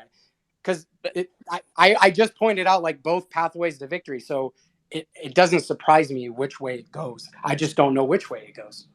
That's fair. But gun to your head, you took Trevin Giles' pick, not bet. Will, you put My your man hand up said everything and nothing. right out the gate. Will, what you got on this one? Did you tape it? Yeah, I taped it, kind of. I just want to start out by saying Trevin Giles has a win over 6'5", 225 pounds, Ryan Spann. Giles dropped Morales. He took Morales down. And honestly, it was kind of a bad stoppage. Giles is born in San Antonio. He has very crisp boxing. Who did Preston Parsons get knocked out by? Two boxers in Mike Perry and Daniel Rodriguez. Why is Preston Parsons in the UFC? It was a short notice call up. Parsons' first win in the UFC, he beat a guy moving up a weight class on short notice. Giles did the UFC a favor by taking fights versus Duplessis. God, I'm so high. And Morales. He looked stagnant in his last win versus a wrestler. But it was just to get ready for this card. If he gets taken down, I have faith he can get back up. I like Giles here. So what I did want to mention, because you brought it up, is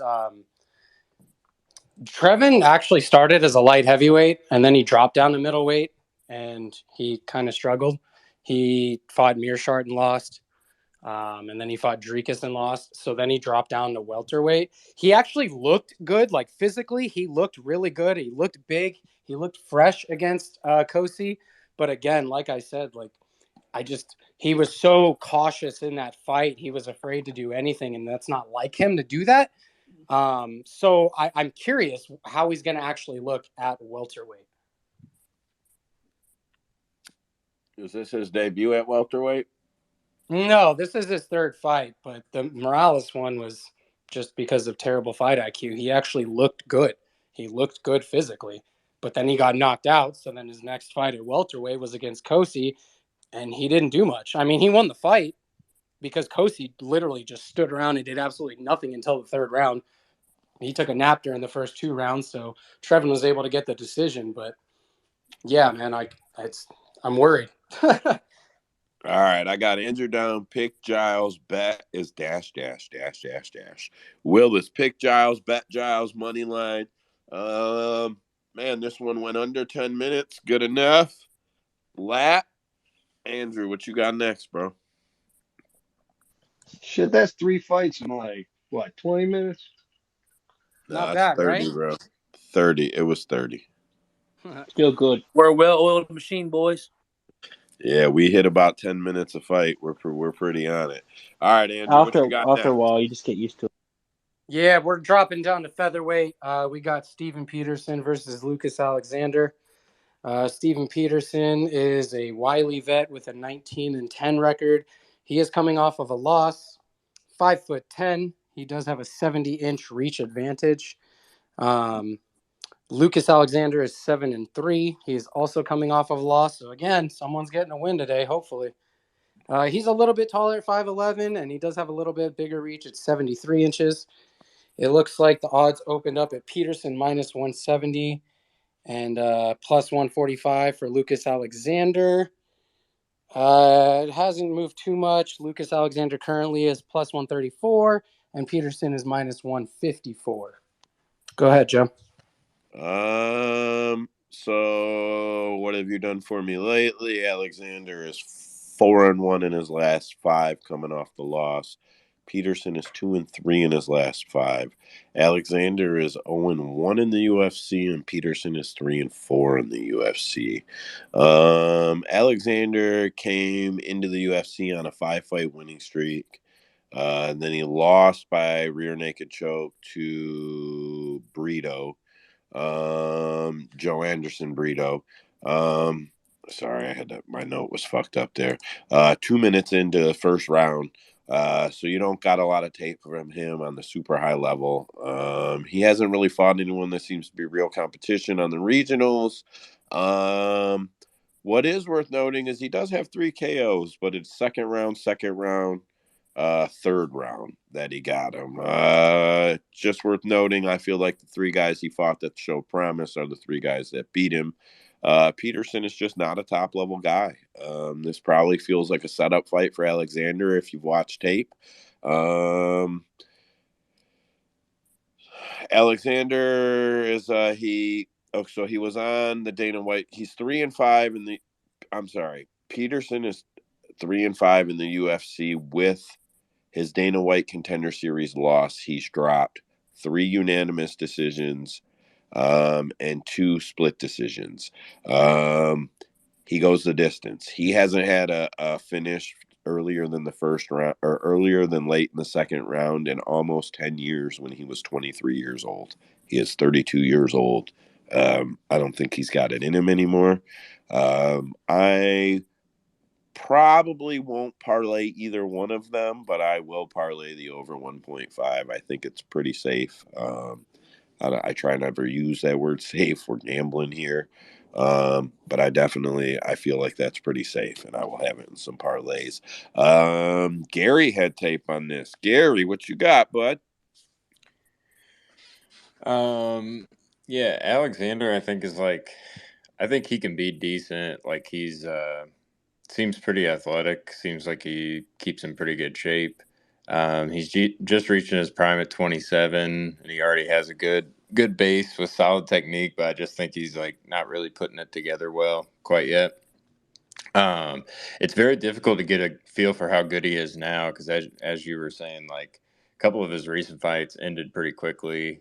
His only UFC action, he pretty much threw a high kick, fell on his butt, and then Brito got on him and choked him out. He can't get taken down against the fence, but he shows decent amount of urgency to get up and seems strong enough.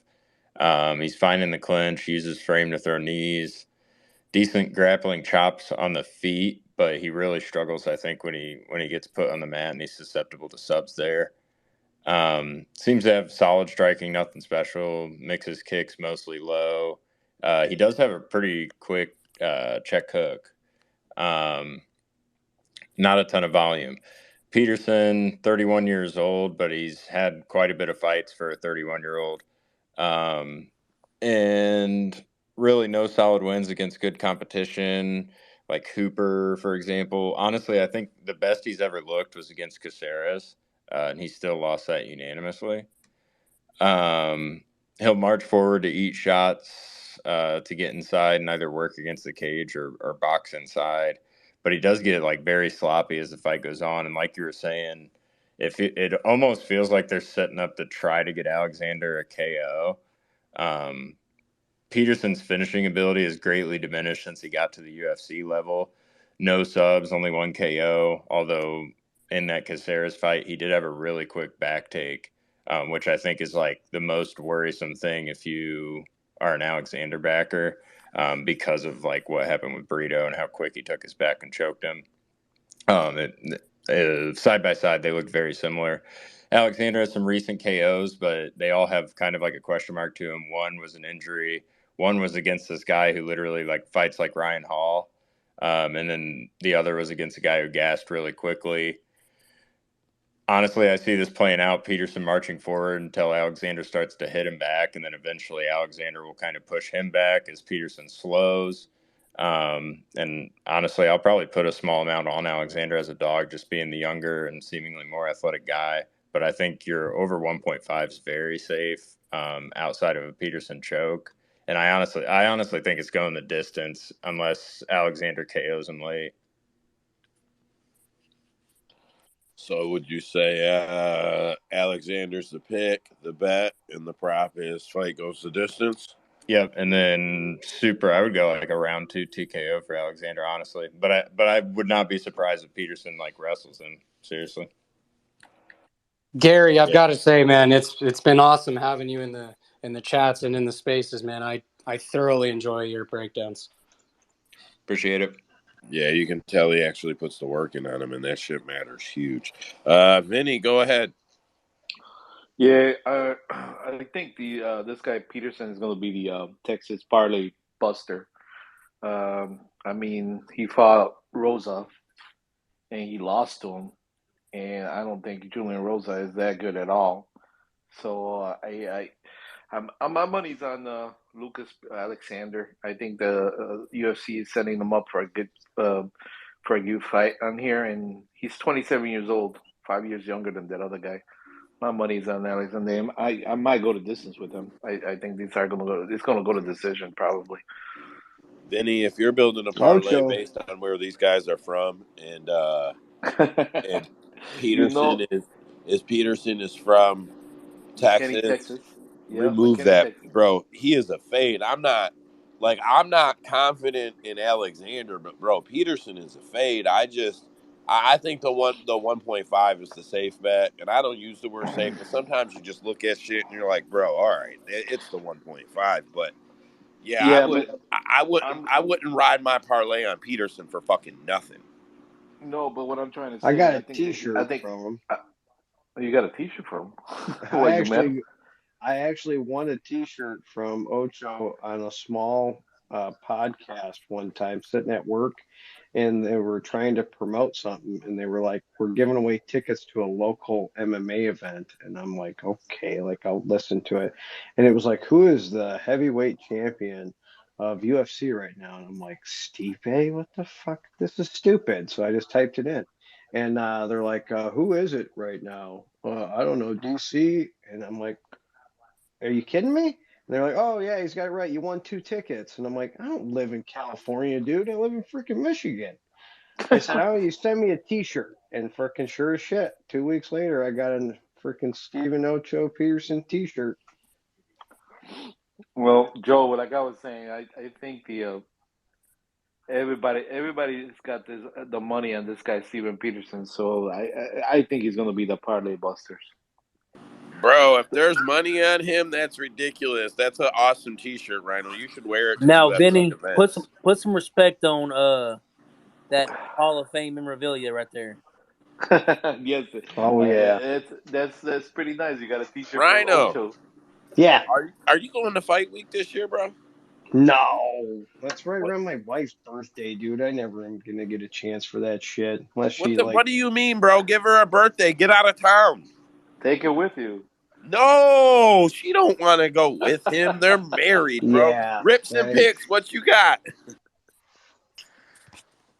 Looking at this fight, I think that Lucas Alexander is coming from a pretty good camp, at least in my eyes. I mean, he's training with Mike Beast Boy Davis, who I have pretty high respects for. Philip Rowe, Philly Fresh. He's at least training with some guys that are good and can give him somewhat of a test on UFC caliber. So for him being such a young guy and Steven Peterson known for being kind of the hittable punching bag that he is. I mean, he can still he's a win fights, brawler. but yeah, he loves to eat the damage. So this is a weird spot where I think that Alexander, I mean, dude, he could look like one of the best buy low spots on this card. I mean, if you really think about a technical striker facing Steven Peterson, I mean, they'd probably tear him apart as long as they can at least move their feet. And that's really like the one question for me is I don't know if he's going to be able to move his feet for 15 minutes. Steven Peterson is just a walking zombie. He's going to be walking at him the whole time. So this should be a pretty good live spot. If Alexander does look really crisp early and he's teeing off on Peterson, but you see him start to take those gasping breaths, that'd be a good chance to hit Peterson live because he's not going to go anywhere.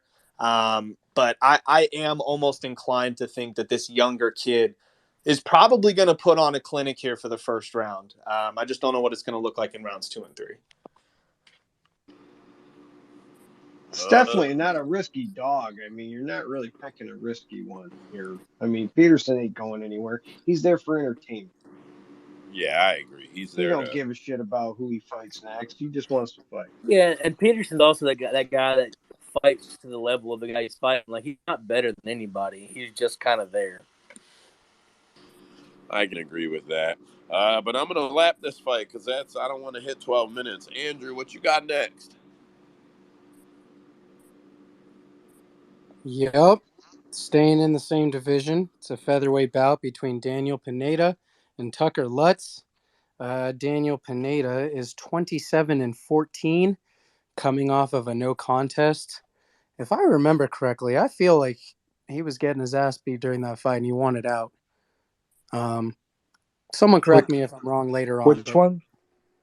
But Daniel Pineda's last fight was a no contest. I could have sworn he was getting his Oh ass yeah, whooped. yeah. He was getting And fucked then up. and I then there feel. was like a foul, and he won it out of the fight. No, yeah, he was getting fucked up. Yeah, you're right. You're right. Yeah.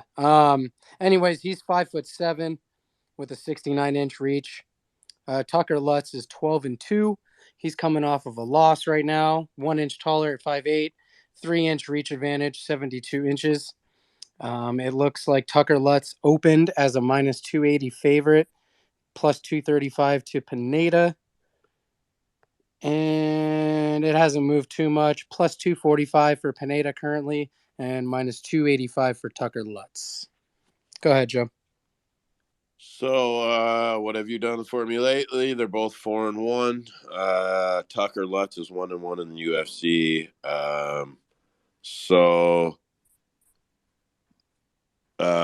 Daniel's listed as being 4-5 in the UFC.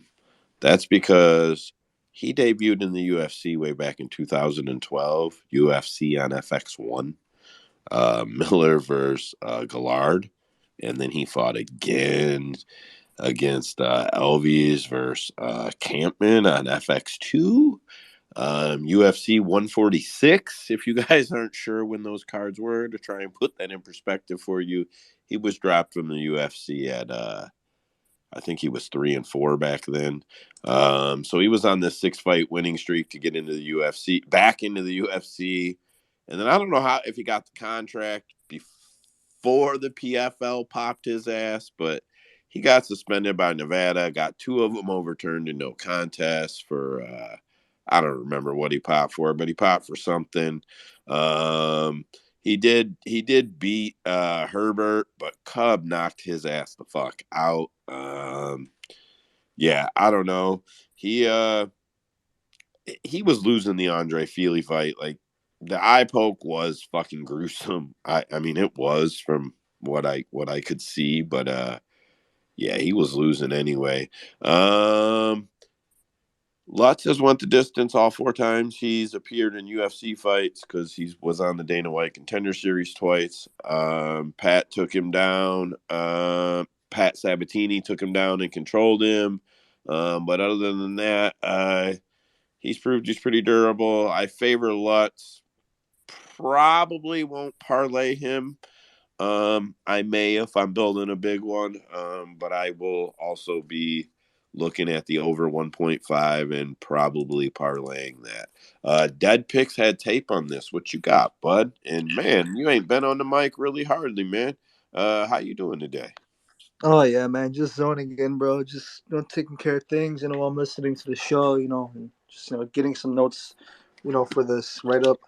So I kind of don't like that you took Tucker Lutz, man. Like he's just not. He's not. He's not a good. Like he's not. I can't trust him. He's not reliable. Like there's nothing really that shows me that he's gonna like have a chance in this fight against Pineda. Like all he really does is like pump a jab, what do you call it, get a leg kick, and what do you call it, wrestle on the cage. Like he shows like no danger like whatsoever. Like no, like he has no eagerness to finish a fight. He has like no eagerness like to show any type of what do you call it, danger. Like he's just, I don't know how, like I can't word it right now. Basically, what do you call it, Urgency? You Tucker? looking for urgency? Yeah, he there's nothing really with Tucker. Like he's very consistent in the, what do you call it, in how he fights. He doesn't what do you call it, he doesn't show any my bad, give me a second. No killer instinct.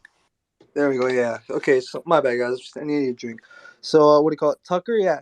He eats punches for sure, and his stance. What do you call it? He doesn't throw much on his feet. What do you call it? And if he's not throwing much on his feet in this fight, I don't know how he's going to be able to do against Pineda. Unless he goes for takedowns, which Pineda does show that he can be taken down, then I don't see any way that he's going to be able to win the fight besides holding him down. But the thing with Pineda is that he does have good jiu-jitsu off his back. Now, I want to say good jiu-jitsu, but he does have good defensive jiu-jitsu to able to, to advance positions, scramble around, and to be able to threaten submission. what do you call for Pineda? He has really good striking. I want to say, and I want to say the best striking, but he has way better striking than what I've seen from Tucker. Tucker is not, like I said, he's not dangerous at all. Like he's very you could just predict what he's gonna do because of how he fights. Like in terms of his stand up, it's always the same thing. Like you could go back and watch like three of his fights. Literally, all he does is just try to stay away from the danger. The one thing that I will give to him is that in round two, he does have a good he does flurry good for like a good like few seconds. He has a good fight in him, but after that he just reverts back to what he does. With Pineda, you're not going to get that. Pineda is always consistently trying to stay in the fight, and he's always consistently trying to stay in your face. He's always trying to throw to like hurt you. He's not he's not patient in any means. He's always my bad, guys. I'm really sorry about this breakdown right now. But what do you call essentially what do you call the pick would be Daniel Pineda, mainly because he's more dangerous and I like the fact that he's like always like trying to do something and make something work. Like even when you watch that Herbert Burns fight, you can see that when he was taken down, he was still trying to fight back off his back. He was throwing knees to he was throwing elbows to the knee, and he was like I said, he was scrambling out. He was trying to what do you call it? Trying to advance positions rather than just staying stationed down. How you would get with the Tucker Lutz. Like I'm telling you guys, with Tucker Lutz, you do not get any type of danger. Like I'm telling you, but the Well, only he's thing I would definitely a say, wrestle fucker. I mean, we can see that just on his stats. He's obviously just freaking bear hugging and there we going for go. the Thank judge you right now. scorecard. There you go. Appreciate that. There, thank you so much. Literally, that's all he does. Like he does not advance positions. He doesn't go for elbows. He doesn't look for necks. Like he doesn't look for arm bars. He doesn't advance positions to get submissions. Like I don't like what I see from Tucker. Like and if that's all he's gonna do is hold you down, then I mean, but the thing is that what I'm making it sound like is I'm making it seem like fucking Tucker is a dominant wrestler when he's not. That's the thing too. Like he's also not that guy. Like unless you think he's gonna piece up fucking Daniel Pineda, which he's not. Like the only chance he would have is like in that beginning round two was for some reason when in round two he just finds his fucking flow for like a good 30 seconds, and after that it's just gone. Like you've seen that. What do you call? You could see that he's done that twice before in that Kevin Aguilar fight and in that Chase Gibson fight. That's the only time he's shown like any type of a or any type of a danger, like But then even with that, like on his counter strikes, like he's just nothing to be aware. Like he's just like nothing to be afraid of in this guy. The pick will be Daniel Pineda. So The super Tucker prop gonna will come be and knock inside the of fool this. out, right? No. Yeah, All right. So wait. The pick will be Pineda. the super prop will be Daniel Pineda inside the distance. What do you call it? The prop will be Daniel Pineda knockout. The only way I would see Daniel Pena lose is if he gasses, what do you call it, because he's trying to pursue a knockout too much and he just doesn't get it. I mean, you could see that he did gas little in one of his fights with who was it? It was I'm pretty sure it was pretty sure it was Herbert. He did look a little tired, but even then it wasn't nothing to be worried about. I mean, he did get the fucking finish. He crucified Herbert and he was able to get elbows. What do you call it, an elbow finish. My bad, guys. If I would have just what do you call it, wrote something better for this breakdown, it would have came out better. But yeah, the pick will be Daniel. I'm actually very confident in this pick. I'm going to be betting him. I'm going to be putting him in a parlay. Uh, I'm not going to be touching with the props just because I don't know if what do you call it, if he somehow does get a submission. I don't want to be the fool. That's why if anything, I would just take the inside distance on this guy. I mean, fuck. Even if this fight does go to decision, I'm very confident that Daniel Pena is going to be the guy to come out on top, unless what do you call it, Tucker Lutz just literally fights his fight to a perfect fight and doesn't let what do you call it, doesn't let Daniel get anywhere near him and or doesn't avoids all the violence, and if he does get hurt, he might have a chance in being able to survive. And in that case, maybe Daniel does gas. But even then, I don't know. I don't see any problems that Tucker will be able to give Daniel. Like I really believe that Oh, he this is cut a out Daniel on me. spot, a favorite spot. Just take the money on this guy, man. Just parlay him, money line him. I don't know. Probably won't get sweet with the props unless you want to take All that knockout. right. Daniel, what you So got? all right. Dan, yeah, rips and picks. What you got? I mean, I guess I'm on a little bit of the other side here. I'm more leaning Tucker Lutz in this. I will agree with what Dead Pick said in terms of that Pineda has much more of a killer instinct and he's just trying to finish the fight. That is definitely evident. I mean, this guy's gone to decision. I think he's gone 5 times, I believe, to decision, and he's lost all 5 of them. So the key to beat Pineda is to just extend him, and Tucker Lutz's biggest wins that he has in terms of knockout submissions and decisions, he has his most wins by decision. And just like we're kind of mentioning, he's not the best wrestler, but he can grapple to extend a fight and win. So I would say that the most common win equity here would probably be Tucker Lutz round 3 or decision. Just in the off chance that Daniel Pineda does gas. I mean, he is 37. He has popped for drugs before. The guy only has, I think, 2 wins in the last, I think, 4 years since 2019. So I don't think he's going to look great late. I think a lot of his win condition is going to be early. And part of me does think because Tucker isn't a great grappler, and Daniel Pineda has his most wins are by submission. I mean, he's done grappling tournaments against Grant Dawson and these other guys. So he's a weird guy where he's gassed in the cage, but he is good on his back. So I would say if you're going to play Pineda, maybe take the risky just submission play. I mean, that's his most win equity anyway. And if Tucker Lutz wants to get fancy with the wrestling, I could see Pineda going for the sub. But in this fight, I would take Tucker Lutz round 3 or by decision. Man, nice take on that. Dead picks, bro. I heard you scrambling a little bit because you didn't write it out like you said, but bro, I could hear you flipping the pages. You did the work, man. I thank you a lot. I put a lot of work into this space, and just to even hear someone flipping through the pages, yeah, I don't know. It means something to me. I appreciate that quite a bit. Not to fuck with dead picks at all, but Andrew, are you there? Yes, sir. I mean, if I told you that a dude was 37 years old and was on a tear recently and then got popped for steroids and in the following fight gassed and got a win and then got knocked the fuck out after that, how would you feel about that? I wouldn't feel very good. Yeah. To be fair, man, Andre Fili was fucking up Pineda, but I'm telling you, like, you're not gonna get that with Tucker Lutz. Like, he just doesn't have that, like, he just doesn't have that animal in him. Like, he's not that guy. Like, he's very like. Lay and pray. I wouldn't even say that. He's not even. Yeah, I guess you could. Yeah, I guess, but I don't know, man. Tucker is just. It's in the tape, man. If you just watch it, you'll see what I'm saying. Or I'm going to bed.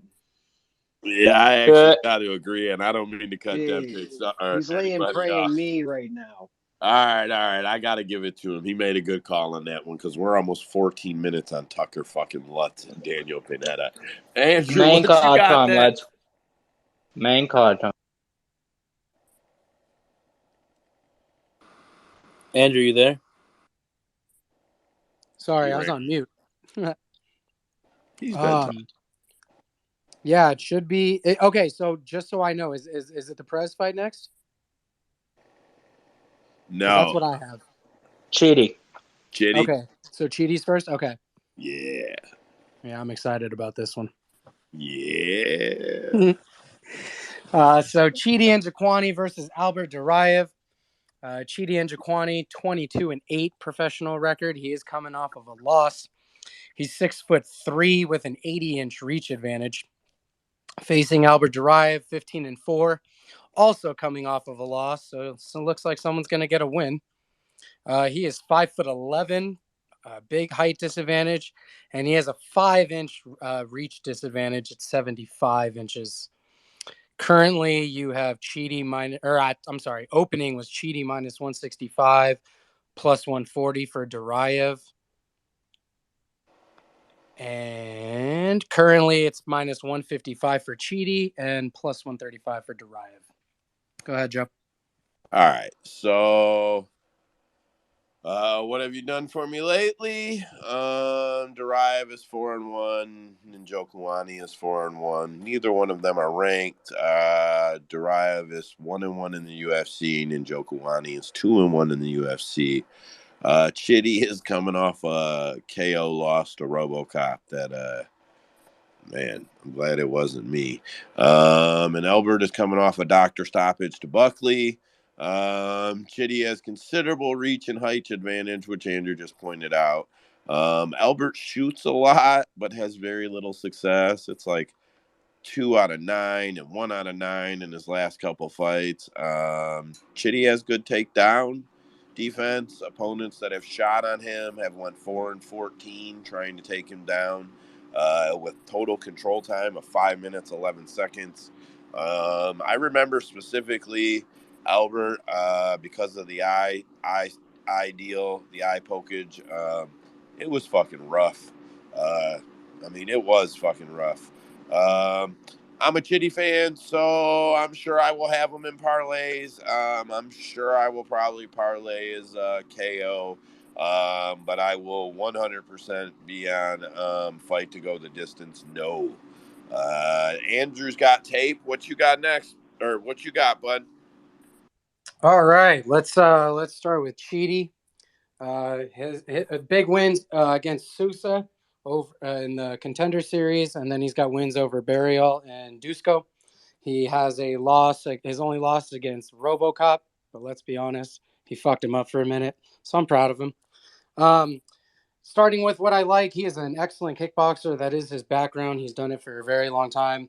He has a wide array of kicks. I love his front body kicks, his head kicks, his calf kicks, and he uses his kicks well for distance. So he knows how to use his range with his kicks very well.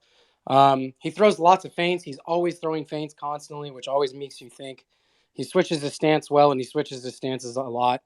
He does have a pretty decent jab. What I like is that he goes to the body a lot. He'll punch you. He gets those knees in, and elbows. I'm a sucker for literally anyone who throws elbows and good elbows, and he does. He can throw them on the ground if he's on the top, and he can throw them standing up, especially coming out of the clinch. That's how he fucked Dusko up, which was Jesus, man. Put him into another dimension. What's it called? The things I don't like about him is that he actually does struggle with against great wrestlers like Carvalho and Salter back in Bellator. He does have a tendency to get taken down a little bit, but he always looks to get up. He does struggle, and the fight isn't at his pace, and I noticed that a lot against RoboCop.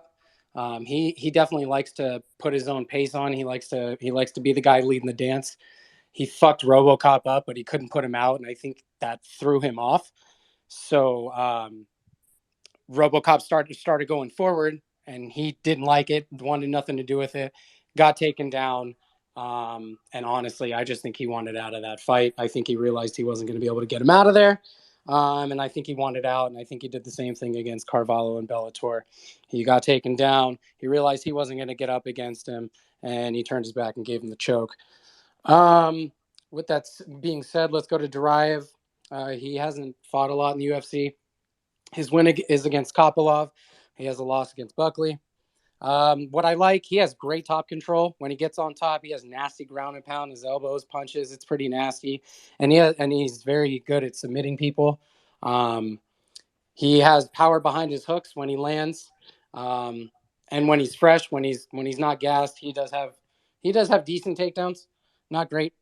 What I don't like is he gets calf kicks a lot. He got dropped by a calf kick against Kopylov.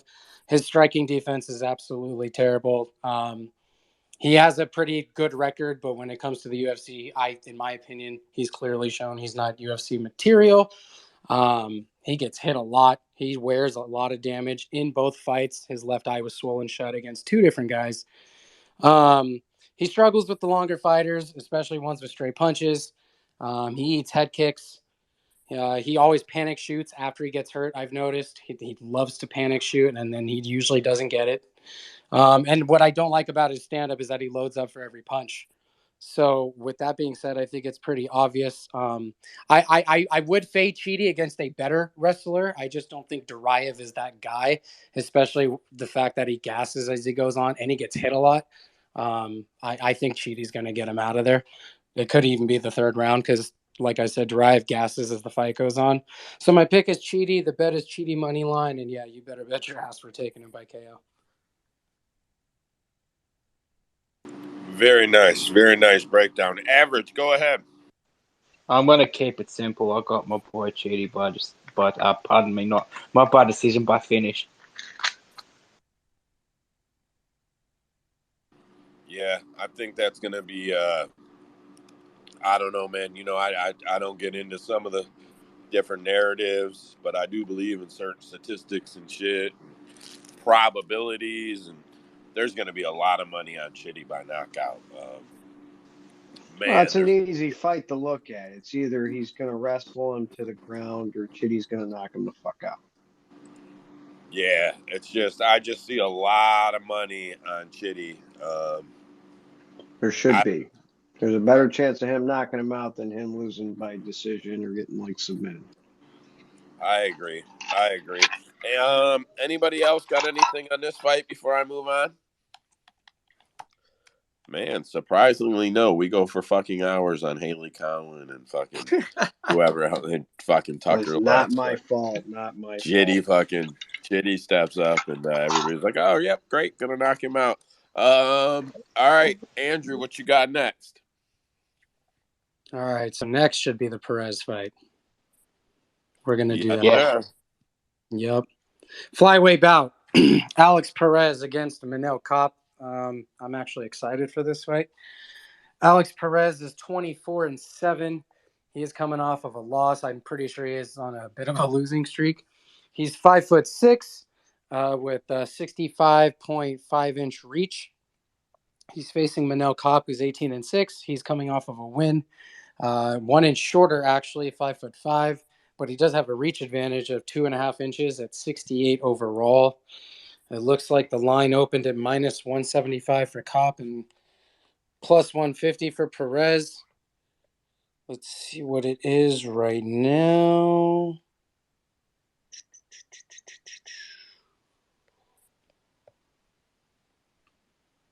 Minus 170 for Kopp and plus 145 for Perez.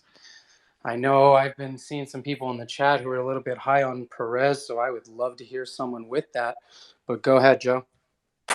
So what have you done for me lately? Cape is 3-2. Perez 3-2. Cape is number 12. Perez is number 14. Cape is 3-2 in the UFC. Perez is 6-3 in the UFC. I don't know. I didn't do a lot of study or breakdown on this fight, to be honest. I like Manuel. I do remember when everybody was really high on Alex Perez and thought he was a very highly touted prospect. He had a good run and then suffered a loss, and then went right back on a run. Yeah, like I don't know. He's a good fighter. Davidson's high level, Pantoja's high level. I hate when people say you can't really hold it against him. I mean, the fuck you can't. I mean, he got submitted Preach. twice. You know what I mean? Like he got submitted twice. You can't hold it against him. I don't. You can. Um, Manuel's coming off the winning streak. I know he knocked out Andrew's boy, O'Day Osborne, and then he knocked out Zagas, and then he got a UD. I don't know, man. I like Manuel Cape. I like him. I don't know that I will bet him. I'll probably parlay him in one of the deep parlays. I mean, you got to pick fights and you got to pick people in order to build them deep parlays when you're trying to, put a couple dollars out there to win a couple hundred or something. So he'll probably make it, but I don't have any picks in this fight. Dead Picks had tape on this one though. Dead Picks, what you got? All right, I'll tell y'all straight up right now that I'm not really confident what it called and how I see this fight, but I'm gonna let you guys know what it called what I see anyways. So I like what I saw from Alex Perez is that he has really good leg kicks and that he comes forward at you. He's not willing to be the guy on the back foot. He's willing like I said he's willing to come at you like head first, but that's also a thing is that he wants to come head first in this Cop fight. I'm not sure how that might play out.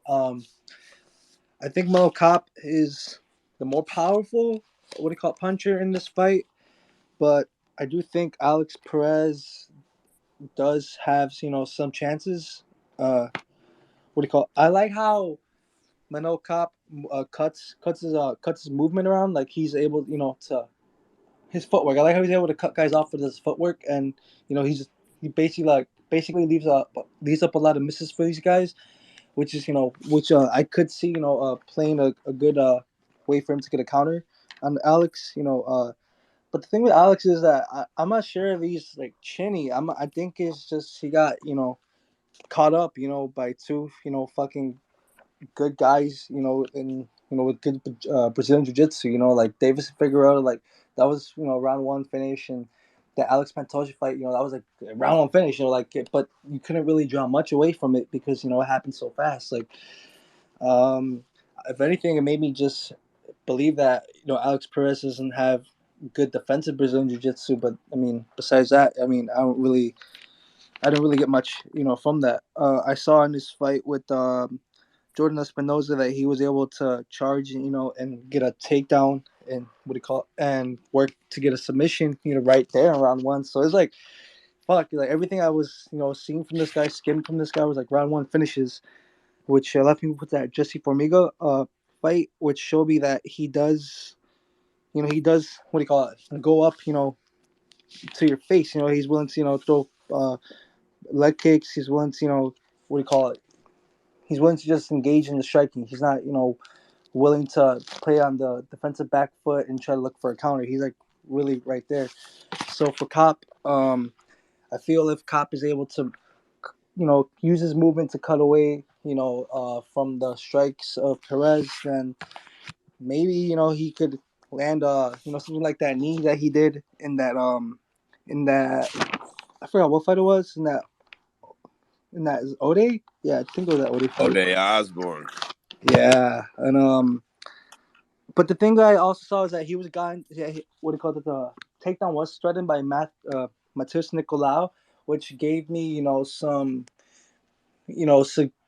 gave me some ideas of maybe how Alex Perez could win the fight. Maybe if he does, get a takedown, how he did Jordan Espinosa, maybe he will be able to find a submission. But that's probably putting too much stock into what if he could do it. Uh, I don't know. If anything, I'm probably gonna just take this fight inside the distance. I'll probably play the under. If I'm gonna be betting anything, I probably won't pick the side. But if I'm gonna have to pick a side, I'll take Manel Cop just based on the fact that I like his footwork. I like his punch power. I do think that he is more athletic in terms of how he is able to fight. But then again, I'm not really too sure. Yeah, so the pick will be Manel Cop. The prop will be inside. The prop will be the under, and then I'll take the inside of distance for the super prop. Very nice, bud. Very nice. Cade, go ahead. I think Cop's a good I don't think he's a bad fighter actually. I think he's a solid fighter. I like dead picks breakdown, but I'm gonna actually go with because I think Cop's takedown defense in the UFC is like 60 between like 60-65%. Don't quote me on that, but I think that's what I saw earlier today when I was looking up some things on this fight. So I don't know. I feel like I feel like if Perez can take him down, he could win the fight. Like I feel like that's his path to victory. I feel like Perez is gonna have to wrestle him to win, and submission maybe. I don't know. I feel like I just feel like Perez, in order to win this fight, he's gonna have to go into wrestle mode. Yeah, that's probably a pretty safe thing to assume. Average, what you got? I've got Manel Cobb. I think he's much too. He's just too slick. Like Pick said with his footwork. I think he'd be able to keep it on the feet. For those who like the factor activity when picking fights, just a fun fact: since Alex Perez has fought for the title, he's only fought one time. In that same time, Manel Cop has fought 5 times. So take that with what you will. But yeah, I've got Manel Cop probably by decision, I'd say. Now that's something legit to look at. That's not taking for what you worth shit. That's take note shit right there. Man, that ain't too Where do bad. you think Perez's confidence level's at right now? I think Perez He's is on a 3-fight losing streak, right? I All think finishes. I'm thinking he's yeah. I'm thinking he has like I'm thinking he knows that this is it for him. Like I mean, but then again he did lose to like two top guys. But this is I feel like this is not the best fight to throw him back in right away. Like I mean shit. I mean fucking Cop. Like he could either decision this guy or he could fucking just knock him out. That's what I'm saying. Like this one's kind of weird with me. I could see Perez winning though. I'm not gonna lie, but I mean for that matter, I'm probably just not gonna like bet aside. I'll probably just like I said bet the under. I think someone's going away. I mean, um yeah. So granted, the fighters that he's faced, that he's getting finished by, are like the best in the division. But Cop isn't like a couch potato or anything. He's a pretty damn good fighter. So I don't know. I didn't tape this fight, but I am excited to watch it because Perez is no slouch. And if he gets it to the ground, I think he has an advantage there. Let's see if he can do it. Hey, you taking under 1.5 or under 2.5? Dead picks. Yeah, I get the alternative rounds. I'm not gonna lie. I usually juice up my I usually play the alt rounds, so I'll probably play the 2.5 just in case. Honestly, I'm not gonna lie. But I mean, if you guys do take the under 1.5, I probably just bet inside the distance at that point. Gotcha. Rips, go Hey. ahead. Oh, wait. Sorry, my bad. Go ahead, Rips. No, I was just gonna say I think there's about 8 or 9 canceled fights that Perez had since he lost the championship to Davison since 2020. I mean, he had let me see here. What 1, 2, 3, 4, 5, 6, 7. Yeah, so he had 8 canceled fights. 3 of those were because of him. He missed weight on one of those, and then he withdrew on the other 2, I believe. So it's interesting. Like he's been trying to get in there. Um, you know, and when he missed weight, it was against Matt Schnell, and Matt Schnell decided not to take the fight.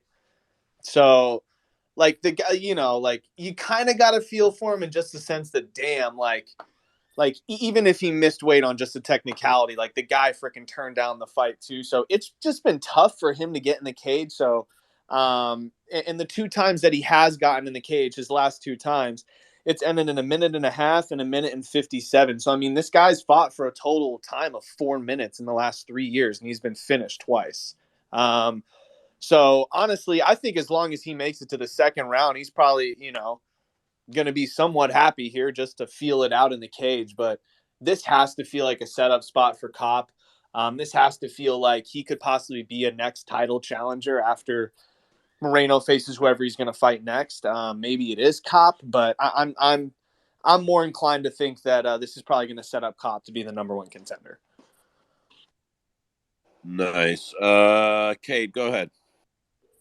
Well, his last 2 losses were Pantoja and Figueiredo, right? Yes. Yeah, I mean, I'm not disrespecting Cop, and you guys can tell me if I'm wrong, but I don't even think that's close in terms of competition. I think this is a setup fight for Cop. I mean, he's on a 3-fight win streak. I mean, I wouldn't go in there and take Alex Perez lightly. That's like for sure. No, he should not take him lightly. Perez is a very talented kid, but this is a shit or get off the pot moment for him. Like he's got to figure it out, or he's gonna have to figure it out real quick. I mean, Pantoja obviously faced him last, and Pantoja is the guy that everyone says is going to fight Moreno next. So it would not surprise me if a win over Perez pretty much sets up Cop at the top of the division. Maybe he has one more fight, but even if Perez wins this, I think he starts talking crap, saying, "I'm back. Let me, try and fight for a title." So this fight feels like it has somewhat of just number 1 contender title fight implications. It may. Trace, go ahead, and then I'm gonna clock this one. Yeah, I'm just keep it short. I would honestly say that Perez is probably your best dog opportunity though, because if anybody's gonna get upset, it could be him because he does have that potential to do it. He is a good talent. Like, yeah, he's on a 3-fight skid or whatever it is, but the guy's legit. He made mistakes. So I think he's a good live dog that I might take a look at, see if he gets a better line or not. But Yeah, I might have to jump on that. Yeah, the guy, if he could have pulled out either of those two fights, he'd be fighting for a title. So, I mean, you say what you want about the losses, but it means something to get there. I'm going to lap this one out. Andrew, what you got next? We got a flyweight bout with Andrea Lee and Macy Barber. Andrea Lee is 13-6. She's coming off of a loss. I feel like she hasn't fought in a while. She is 5'6" with the 69.5-inch reach. Macy Barber's 11-2, coming off of a win. She's 5'5" with a 65-inch reach, so she's at a bit of a reach disadvantage. It looks like Macy opened up at minus 275, Andrea Lee plus 230. And now it's pretty damn near the same, plus 229 and minus 269. Go ahead. So I'll keep it pretty short on this one. They're both Barber's 3-2, Lee's 2-3 in their last five. Barber 6-2 in the UFC, Lee 5-4 in the UFC. Barber's number 13, Lee's number 10. Lee just dropped a unanimous decision to Arujo. She's 2-4 in her last six. Macy's on a 3-fight winning streak. I do think Macy lacks some skills in the hands. I'm fans of both girls. I think Macy is just outside of hands. I think Macy's just a little bit better everywhere, and it will get her the win. I'll probably have her in deep parlays, but I'll be betting the over. I'll probably find the over 1.5 or round two starts, depending on the odds, and pad up some parlays and see how that works out for me, to be completely honest. Usman has not been on mic all night, and this man murders it, so get your pens and your papers out and pay real close attention to what he's about to say here. Usman, you on the mic yet? Oh, shit, it says connected. No pressure, by the way. I don't give a shit. He's been killing it with his picks. Oh, no, connecting. Let me see. Oh, I can't. Okay, wait. Invite to speak. Nope, he's already supposed to be a speaker. Remove some speakers. Yes. Don't request there, Usman. All right. While we get this figured out, Joe, throw it to somebody else. That's what I was going to say. Cade, go ahead, and we'll get Usman on the mic here. So when it comes to like girl fights, I don't, unless like I feel like a certain way about this, like unless it's like a Nunes fight or a girl with some good jiu-jitsu or like I know they're gonna roll for a finish. Like I usually don't say stuff like this, but something tells me like Lee's like 34, 35 years old. I'm pretty sure she's in her mid 30s. I just feel like this is a fight that the UFC, with Barber on a 3-fight win streak, I feel like this is a fight that the UFC's kind of throwing for Barber to go win, Like she's one of the UFC's prospects, I just feel like I don't know, bro. Like I know you said she lacks in hands, and I'm not disagreeing with that, but I don't know what it is. I feel like Barber could get the TKO here. It's weird, man. I have this feeling about it. Like Macy finishing just would be like so big for her. I feel like in this spot, and I know that sounds crazy, but I mean I think Macy's finished almost half of her wins via TKO. So I mean it's not really completely out of the whole out of the ordinary. Yeah, Hey, Usman, if you're having trouble connecting, get off your Wi-Fi. Average had to do it earlier to get off his Wi-Fi to get on here. So try yeah, that and then try a request again. I have those problems too. I'm gonna remove them. Remove from speaker. Get off your Wi-Fi. Reconnect, and we'll get him on here. Rips and picks. Go ahead. Shoot, I'll keep it short. I do like Macy this week. I'm a pretty big fan of Macy and just what she does because I think a lot of women's fighting just comes down to strength and size sometimes. And even though she might be outsized against someone like Montana De La Rosa, she was just able to just have strength and grappling and just take her down. And, you know, like a lot of times a stronger girl wins. But you know, the only thing I wanted to fire back basically was just I do like Macy. I think I might have her in just a little parlay, but this fight is in San Antonio. This is going in Andrea Lee's home state. She is the one that is going to have better hands and probably be landing more damage. So if this does go to the judges and Andrea Lee has landed more strikes and has put on more damage, you know, this could be one of those really greasy split decisions. So I might be looking to just play fight goes to split decision. Whether they give it to Andrea Lee or Macy, I just think that crowd's going to be cheering every time she hits, and they're going to be booing Macy when she comes out. Yeah, I mean that's for sure. I don't know how much that'll affect Macy, but yeah, I don't know how much that will affect her. Average, go ahead. I've got Macy simply just by like wrestle fucking, I guess. Is this like Macy Barber's like old woman tour? I mean, this is what 2 fights in a row now. She fought Jessica Rai in her last fight. Now Andrea Lee. Is there something going on? The Well, the UFC last trying to time get they her to tried beat up setting on her old up with a ladies. fight, she got fucked up against Roxy. So then they had to like bring her back down a little bit.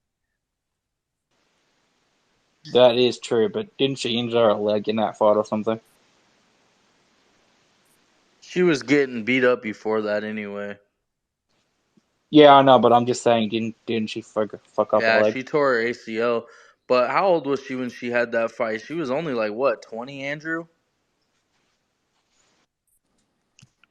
Yeah, it was a few years ago. Yeah, because I think she's been in the UFC since she was like 19 or 20. I think maybe 20. And you say she's on a 3 fight winning streak. Like, come on, we can put one of those in inverted commas.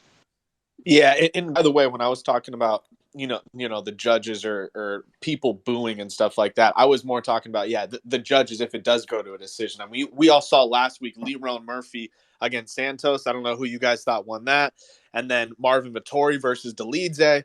I don't know who you guys thought won that, but they were definitely giving it to the hometown people last week. So, Andre Lee's just going to have that support. That was Yeah, all. Santos very clearly won that fight, in my opinion.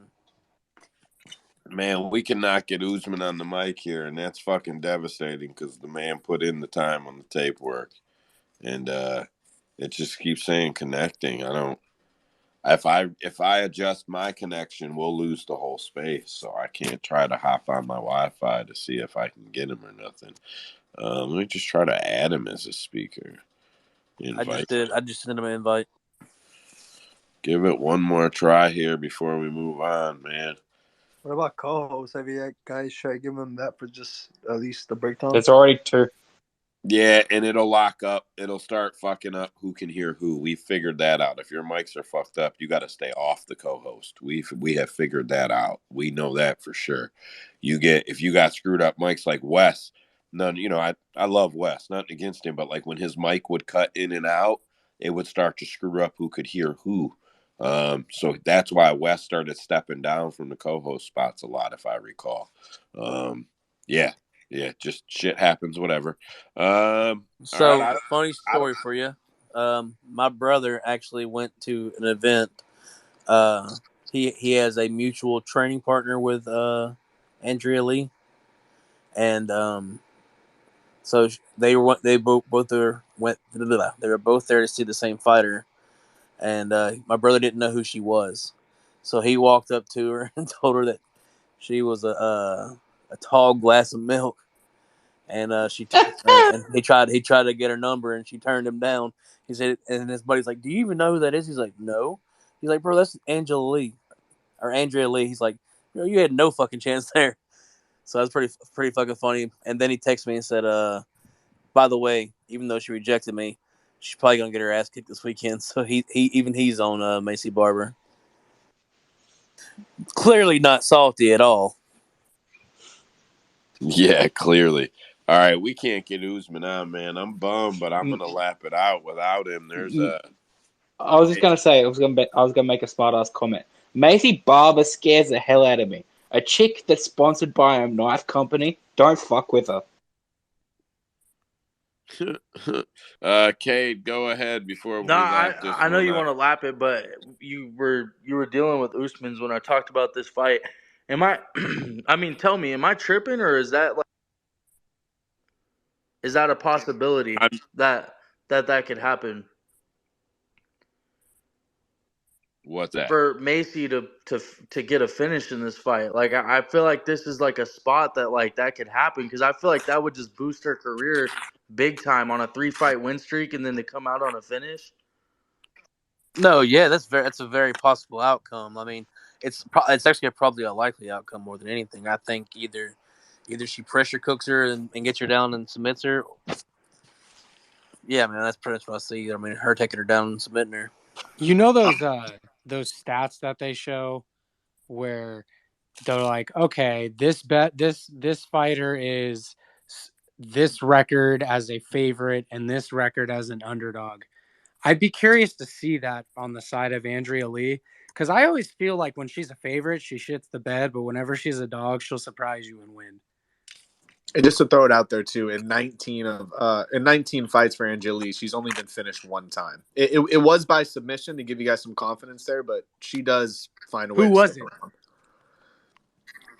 The one person to finish her wasn't even in the UFC. It was all the way in Invicta in 2016. So that was 7 years ago when she was 27, when she had more or less just became a pro. So Got you. yeah. Okay. I Hey, redact my last statement after hearing that because I did not know do you that want me to fact. read So, Usman's thank notes you. because he just sent them? Hell yes, read Usman's notes, please. Oh, never mind. Never mind. He mentioned me. I thought he was sending his notes, but this is my sprinkle fight against Calvillo. Lee got caught with Macy's best punch, the right hook. I can see maybe getting the finish. Oh yeah, so he's basically saying he could see Macy finishing the fight. Ooh, all right. So he's on Macy and possibly finishing the fight. The safe bet is the over because both girls are tough as fuck. That's what he says. Yes, sir. In the group chat, the safe bet the safe bet is the over. I'll say this much. I feel like it, and Joe will probably agree. I feel like it's funny as fuck. I mean, I love Macy Barber, don't get me wrong, but I find it funny as fuck how the longest conversations that we have in this space are about the shittiest fucking fights. Every time, bro. Every time. Dude, low level MMA, man, just never Yeah, got it. bro. So fun. Dude, if I I have think to fucking I hear think someone argue about Jared Vandera one more time, bro.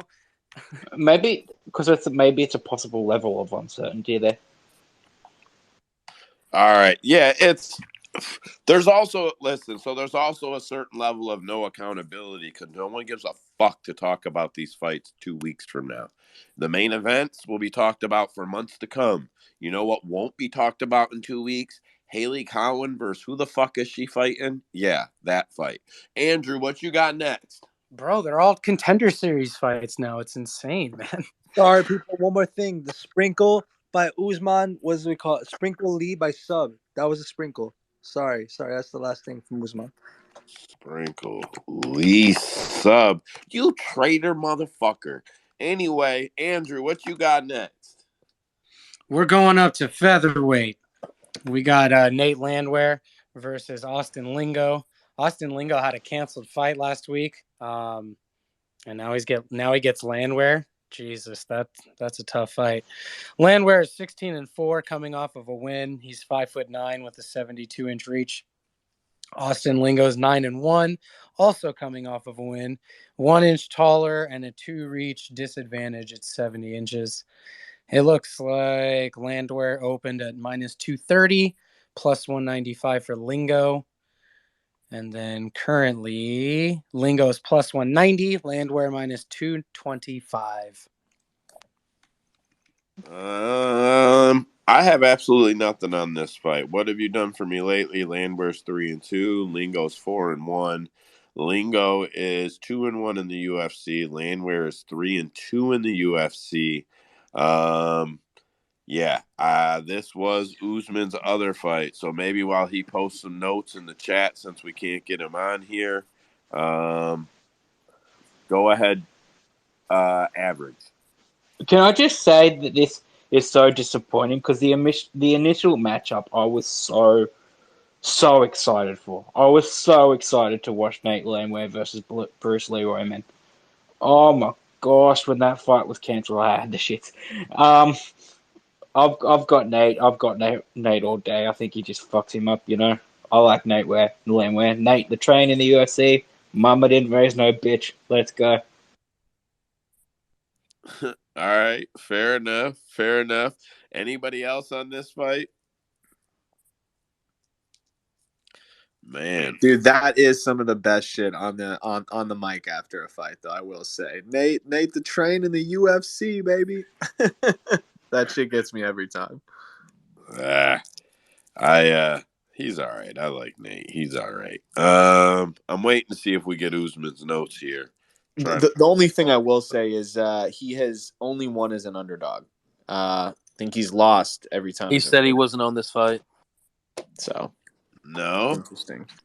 Maybe nobody was on this fight. He's only one as. So is he the underdog or the fucking favorite? Or what is he right now?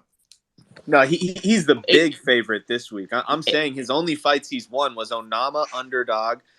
He was an underdog to Klein, and then I forget the other fight that he was an underdog in and won. But all the fights he was favorite, he lost. So he's not really a guy I want to bet as a favorite. He's a guy I want to bet as a dog against a guy that fades. Yeah, I got you. I'm Honestly, go ahead. I was just gonna say, honestly, for this one, I don't think it matters because Lingo's coming on short notice, and I don't. What I was gonna say about this fight. I'm sorry to cut you off, Average. I actually think you're a very nice speaker, but 3 minutes and 30 seconds sounds real nice for this fight. Andrew, what you got next? Man, we're moving. Yeah, no one's interested in that fight. We killed it on a couple, bro. We killed it on a couple. So dude, you know what's funny? No one wanted to talk about that fight. Watch that fight be the fucking fight of the night. Fight of the night. Oh, probably is. I mean, Landwehr's a showman, bro. We just capped it as fight of the night by skipping it. There you go.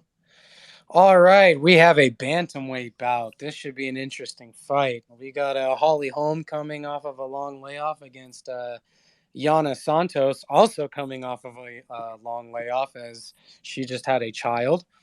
Both the fighters are actually 14-6. Both fighters coming off of a loss. Holly Holm is 2 inches taller at 5'8". She has a half-inch reach advantage at 69 inches. Let me see. Odds for this fight. Holly Holm is minus 250. Santos plus 210. I bet Holly Holm in her last fight against Ketlin, and I was very disappointed because the end is definitely near. She's 41 years old. She couldn't strike with her, so she clinched for fucking 5 rounds and lost the fight. I expect her to do somewhat the same if she cannot handle the kickboxing. I'm not betting either one, but what I will say is that over is free money, in my opinion. I will be betting that. It is chalk at minus 275, but dude, there is no finish ability in this fight whatsoever. Either way, unless someone fucking slips on a banana peel and breaks a bone, no one's getting finished in this fight. Over is free money, in my opinion. Go ahead, Joe. Man, we think very, very, very, very similarly. So we do not assign tape for co-main events, main events or co-main events. Everybody's on them. Everybody watches them.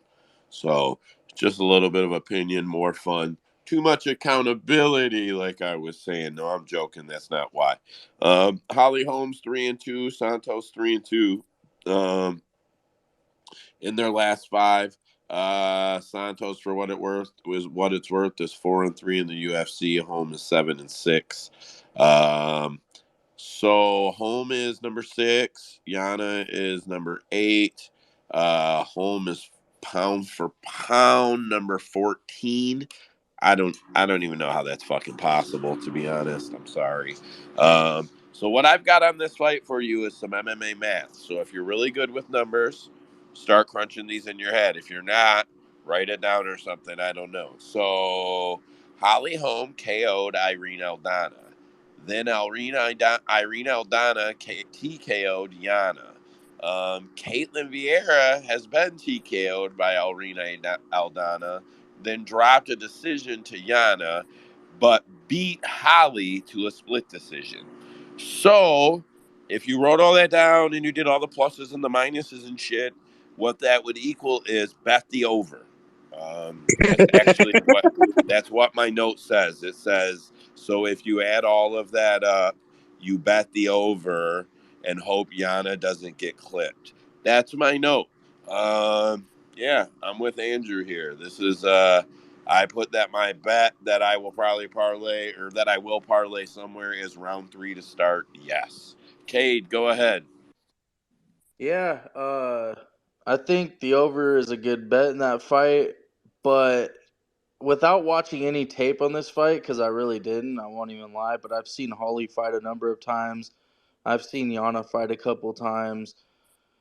But at four, this sounds crazy, man, and I'll probably, if I do bet it, it'll probably just be a parlay, and not like too much money on it or anything. But I feel like Holly signing a 6-fight contract at the UFC at 41 is just fucking insane to me. But that's a different topic. But I feel like at 41 years old, Yana is like a live dog to me, bro. Like I'm fading these old motherfuckers, bro.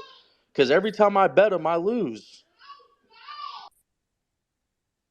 Yeah, that's called betting with your heart. It's like betting on Hulk Hogan when he was 65. I mean, you didn't bet it, but you understand what I'm saying. It's yeah. The other thing to remember too, Kate, before you get too worked up about them contracts is, so that's what you call lifetime, right? John Jones signed an 8 fight deal. It's his lifetime contract. That's what they gave her. It's his they gave her lifetime contract. You will retire, finish, and end as a UFC fighter. It's a big compliment to someone. They let a lot of people go. Some people don't know when to quit. Holly somehow, some way makes it through that 6 fight deal. She will not get another one. They Bro, won't give it she's to her. probably gonna fight like twice more, if that. But you get my point. Like even if somehow Yeah. she Diego Sanchez's it'll be it for her. Average, go ahead. No, I'm gonna be biased with this one. I'm going Holly Holm. I don't give a shit. Do yourself a favor though. Don't bet it, bro. Yeah, She's I'm please not don't. going to. I'm not going to. I'm just gonna chuck it on Bro, my like fantasy. like Yeah. I'm and girl fights, I know like we can all agree like on fights like this you just don't expect finishes or anything like that. But at 41 years old, bro, like it would not surprise me to see her get chinned, bro. Like it does, like, and I'm not saying that that's gonna happen or anything, but I'm just saying if it were to happen, it just would not surprise me, bro. At 41 years old, your body can't take the same damage that you fucking took at 30, bro. Like that's just how it goes, bro. It's. Bro, if Ketlin Vieira's not knocking her No, no, out, no, no, fucking no. I'm Yana's not not saying knocking that. her I'm out. not saying that Yana's gonna knock her out or anything. I'm just saying if Yana fucking caught her and fucking dropped her or some shit, it just wouldn't surprise me. That's what I'm saying. I'm not saying that's gonna happen. I'm just saying. No, I can listen. I'm going to defend Kate here a little bit. Yana gets some good straight punches going. You got to remember, Holly's 41. This isn't an age we're really familiar with women at. We know that they can go to 40. We know this is about their cash out age. We know that, like, at 155, 34, 36 years old is about your cash out age. Like you go further than that, you probably damage your career, right? Gianna's 33, bro. Peak physical shape. She's training like crazy. I don't know. I'm not trying to say I'm not jumping on. I'm not on either one of them. I'm on the over, but I think Cade has. If you're searching for a prop there that'll make you some money, I understand why Cade would look at that. Rips and picks. Go ahead. Yeah, first of all, I just want to say that I can't believe that this fight is not the shortest one that we lapped today. Because dear God, I mean, wow. And I do want to point. Disrespecting the preacher's daughter. Shame No, on No, you. he's he's right. We were 100% gonna go right, at man. Hey, 5 minutes and dude, 50 seconds. like I like the preacher's daughter. I'm a fan of Holly Holm. I've been watching her since I was in freaking high school wrestling, dude. So it's like, believe me, she's been around for probably too long. But The one thing I want to say, guys, is that, this is Yana's first fight off of a baby. Like this is now Yana Santos. Now she got married to, Tiago Santos. They had a baby. She's coming up. So, I mean, you got a 41-year-old versus the new mom. Mm-hmm. I mean, just get me away from this fight. I agree with what Topic said. Just bet the over. And I mean, save your money for everything else. I mean, like, this is the fight. You get food, you get ready for the main event, like you set your table. So, yeah. Spot on, man. Like there definitely could have been a better co-main event than this. Like there could have been another fight from this card that was Dude, like, I cannot believe they didn't put like Nate Landwehr maybe in the yeah, co-main that's what I or was someone thinking. else. I don't know. I'm so Because surprised. I get Holly Holm, but dude, this So is Lanier, that was the ugly. co-main. That was. They swapped. Dude, geez, I mean, Here's why. You can It's say because whatever you UFC want. fucking milks out their names until they no longer Yeah. can. No, but hold on, man. Hold on. Now, I gotta say this. Don't do that. Don't put that shit on the UFC like they're being assholes. Holly Holm is high paid and high draw. She's a prize fighter at the end of her thing. When it's George in Foreman, Texas. when George Foreman was at the end of his career, he didn't fight on prelims. He didn't No, fight on I mean, prelims. this is still her hometown. I'm pretty. No, does she live in Texas or does she live No, in New Mexico? She lives in New New Mexico, Mexico. right? She lives in Albuquerque. Okay. But Um, all I'm saying is this is her cashing her name out. This is what she worked her whole career for. This new money, this last fight or two or three. This is huge for Or her. skipped So like apparently. don't put it on the UFC because I don't know what the pays are yet, but I bet undisclosed she's the highest paid fighter on this card. I would bet someone $10, $20 for fun right now. She's the highest paid fighter on this card. yeah, I mean, her and Cheeto probably have the most UFC fights. And I guess the last thing I'll say, because I'm gonna basically just like I'm gonna slap myself for keep talking about this fight. But dude, Holly Holm, her last fight against Ketlin Vieira, I mean, she is a kickboxer. Like she was pushing and clinching and just pushing against the cage and like she's 41, guys. She can't kickbox like she used to. So even if she Dude, does win, I do think it's just gonna be a slow, it's boring gonna be fight. a clinch fest, bro, for 3 fucking Yeah, rounds. I'm I'm not gonna be. 41, and let me tell you, my body is fucking beat, man. I've got hardware in my neck, scars all over for where they've cut me up. It's no joke. Anyway, that's fucking almost 11 minutes, man. Damn it. Andrew, what you got next? All right, we got the main event. I've got to say, man, I think it's actually going to be a shorter conversation than expected. Neither Wes or Gabe are in here, so yeah, this should be fun. But we do have the main event: Marlon Chito Vera versus Corey the Sandman Sanhagen. Chito is 27-1, coming off of a win streak, if I believe. He's 5'8" with a 70.5-inch reach. Sandman is 15-4, also coming off of a win. He has a 3-inch height advantage at 5'11".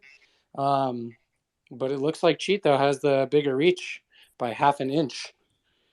When it opened, it looks like Sanhagen was minus 170. Cheeto was plus 145. Currently, Cheeto is plus 156 and minus 181 for Sanhagen. Yeah, this will be fun. Go ahead, guys. All right, so first off, I don't blame Gabe and Wes for not wanting to be here for this fight. It's an uphill battle for them. Um, First off, this is likely a one-off win for a title shot, or if they're patient, especially Cheeto, he may get a title shot after this if he's patient and let some things play out. So Cheeto 4-1 in his last five. Corey Sanhagen is 2-3 in his last five. Sanhagen is number 7. Cheeto is number 3. I don't actually think that Sanhagen deserves to fight Cheeto right now. Say whatever you want about me. Someone's echoing me. If you guys could all mute your mics. So I was already a big Cheeto fan. I already like him because I knew a little bit about him and about his daughter. Who is that? All right. So I knew a little bit about him and his daughter. I really just knew that he had a handicapped child. I didn't know if you've seen the special. You can cut it on YouTube. If you haven't, go to the UFC's page on YouTube. I have a handicapped son. We don't talk about our personal lives on here.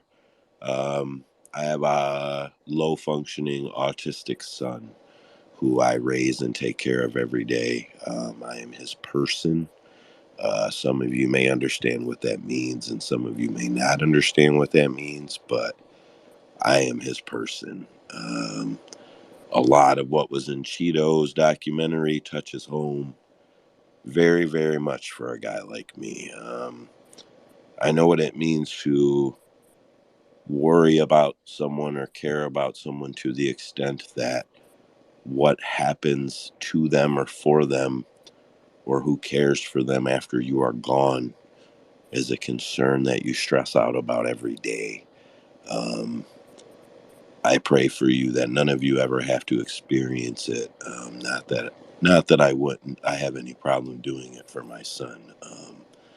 But I just pray for you that you never have to deal with that stress. It's a type of motivation that you just don't understand if you don't have it. That's what it is. What it is. So I'm Cheeto Gang. No fucks given. Don't try to reason with me why he could lose, because he's not gonna lose. I do think Corey is a good fighter. I talk a lot of shit about him. Um, I do think he's a good fighter. Uh, but Cheeto Vera is going to clean his ass up, and he's going to be the champion. He's going to be the 135-pound champion January 1st, 2024. Um, I think Corey is a little overrated, even though I said he's good. I don't know who's got their hand up here. Cade, go ahead. I'm sorry, Joe, but I am going to fade my man Cheeto, and here's why. Here's why. I actually don't hate Marlon. I actually think he's a good fighter. Whatever is said about Marlon in the group chat, I don't necessarily agree with. I don't think he's trash. I don't think he's anything that gets said. But when I watched Marlon's last few fights, I felt like this is me personally. I felt like Rob Font was piecing Marlon Vera up. I felt like Dominic Cruz before Marlon found that head kick was piecing him up, and I felt like. I feel like Corey Sandhagen is a savage, and I think people forget about it because he did lose to, he lost to Jan and Dillashaw, tough fights. He didn't lose to Dillashaw, but go ahead. Yeah, but I mean, that's why I said close fights, but I mean, I feel like Corey's footwork and his striking and uh, you know, I don't see. I don't know, man. I feel like if he can stay out of the way of danger from catching a head kick to his damn chin or something crazy happening and the fight stays on the feet, I feel like Sandhagen gets it done. But that's my personal opinion. It wouldn't surprise me if Marlon Cheeto Vera pulled it off. It really wouldn't. But yeah, I'm just gonna that's say just my opinion. I just feel something something that tells me Corey's gonna be the one that beats Marlon. if there's anybody that can put him down though in that division, it's Cheeto. Cheeto's got that one shot power, man. He just as soon as you have a lack of focus, he's gonna put you down, man. You can't make mistakes around that dude. So here's what I will say. If you think Corey Sandhagen will outstrike Cheeto Vera, go put all your money on Cheeto Vera. There's one set recipe to get your ass knocked out by Cheeto Vera. Outstrike him. If he can't knock you out, it's because you got a chin, and he will knock you down repeatedly. Uh, those are real facts. Check the stats. Dominic Cruz outstruck him, got his ass knocked out. Rob Font outstruck him quite a bit. And people say, Rob was piecing him up. Rob got put on his ass 3 times. Frankie Edgar outstruck him, got his ass knocked out. Simple So as this: the more you throw at him, the more opportunities you give him to counter. And the harder he hits you, he's one of them guys like you talk about, like that Mexican blood or whatever, that you know, that South American blood. The harder you hit that man, the more you hit him, the harder he fucking returns. I'm not just selling it because I like his story. Like I've been Cheeto Gang for a long time. And Cade, I'm not discounting your take on it at all. I'm just defending my man Cheeto. Riffs and picks, go ahead.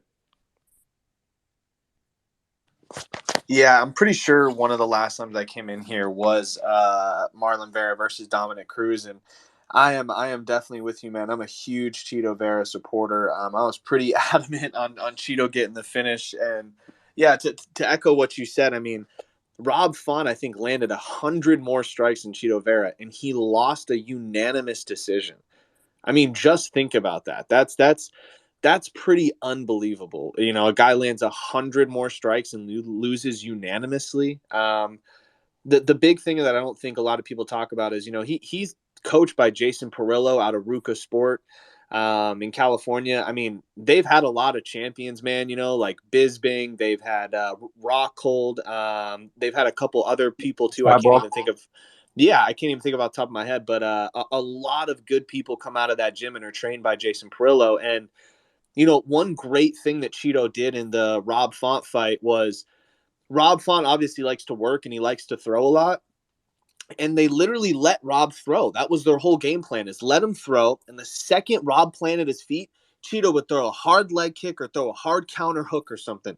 And what happened is Rob just started getting beat up after he stopped throwing, which forced Rob to want to throw more. And then Rob is getting tired and he's getting more sloppy and he's just staying in the pocket and laying in there. And you know, that strategy isn't going to work against Corey. Corey's a lot longer and things, but the point I'm making is, I mean, they had the perfect game plan for that. They literally let Rob Font throw 100 more strikes, and he outworked himself and got dropped all those times. I just think that Sandhagen is gonna get hurt a little too much. He got hurt against Song Yadong. You know, he was even down on the scorecards on that, and Sandhagen landed a beautiful elbow on that. So you know, I had money on Song Yadong, and but that cut Corey caused it. He's a smart fighter. So he's gonna look good on the feet here, guys. But I'm gonna echo what all you guys are saying. I think Cheeto Vera is probably just gonna land the more damaging shots. He's gonna steal the moments versus minutes, and I just can't decide if I'm taking Cheeto by finish or Cheeto by decision. But I'm definitely taking him live after the first round. You can bet your ass on that. Good man. Average, go ahead.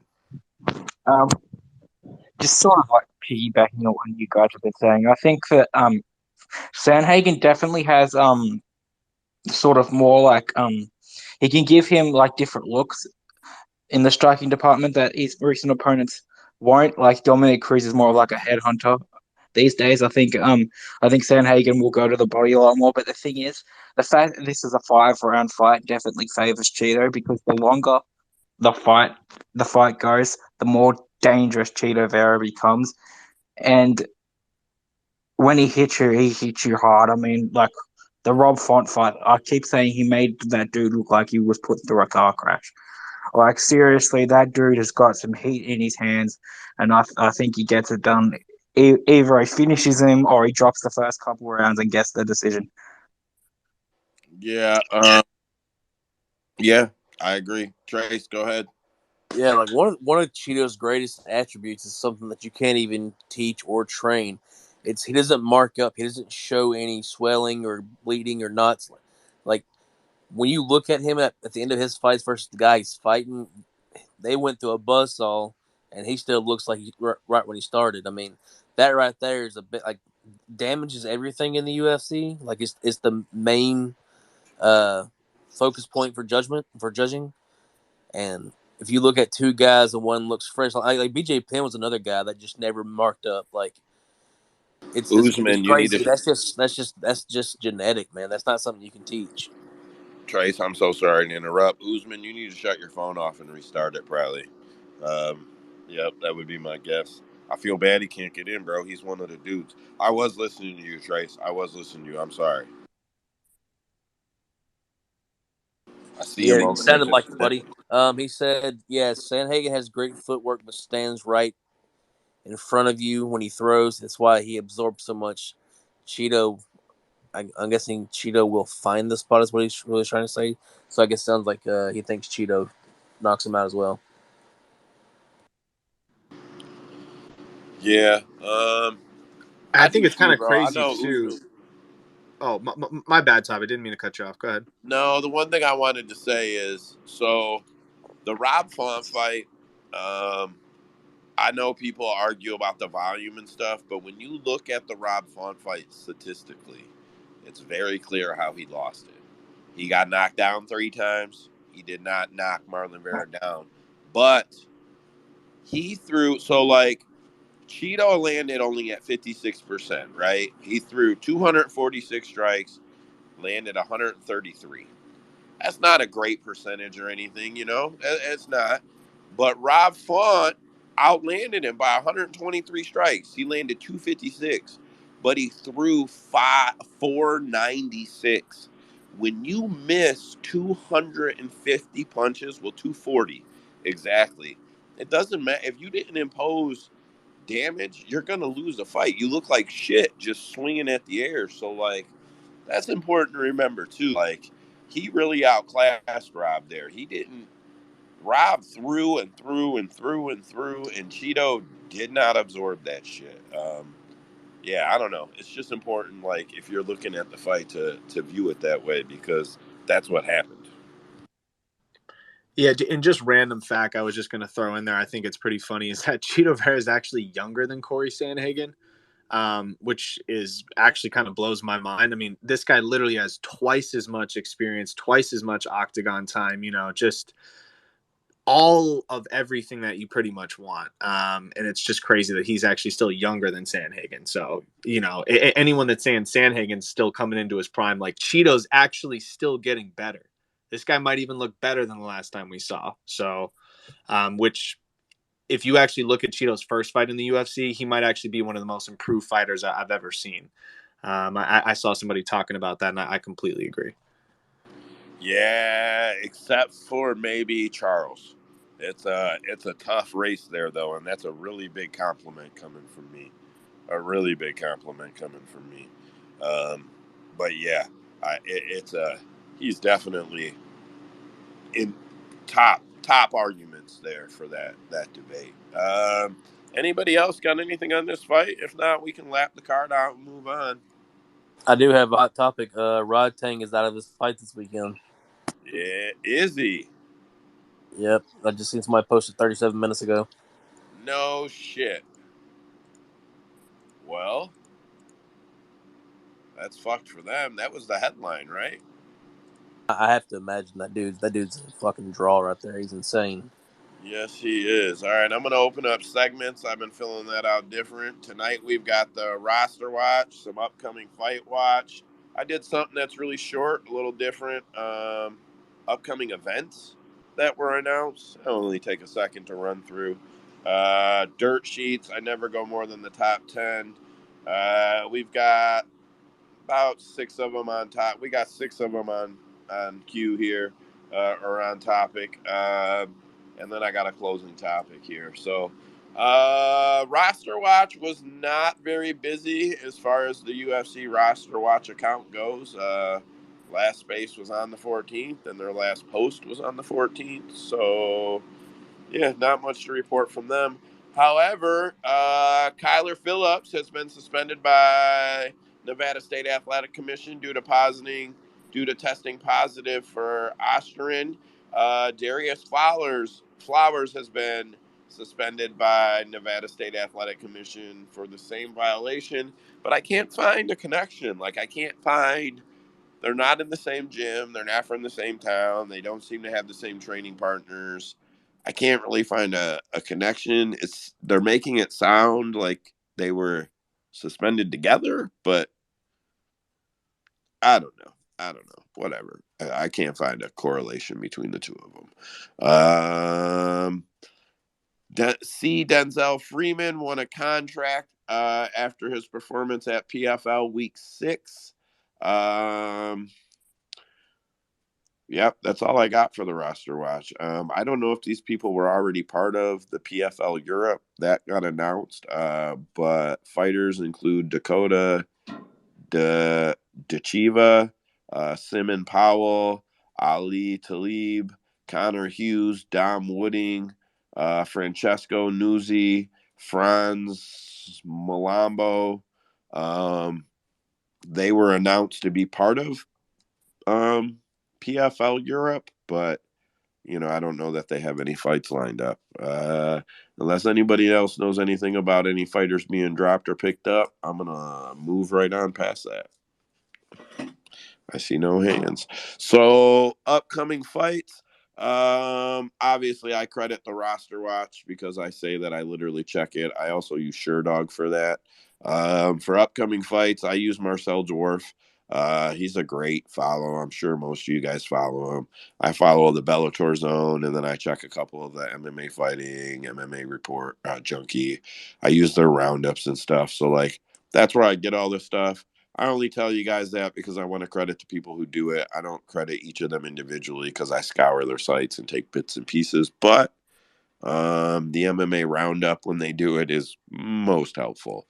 UFC Vegas 71 on April 22nd. Martinez is out. Lucindo will now fight Brogan Walker. I told you guys she had a fight coming up. And Jeremiah Wells will fight Matthew Samlisberger.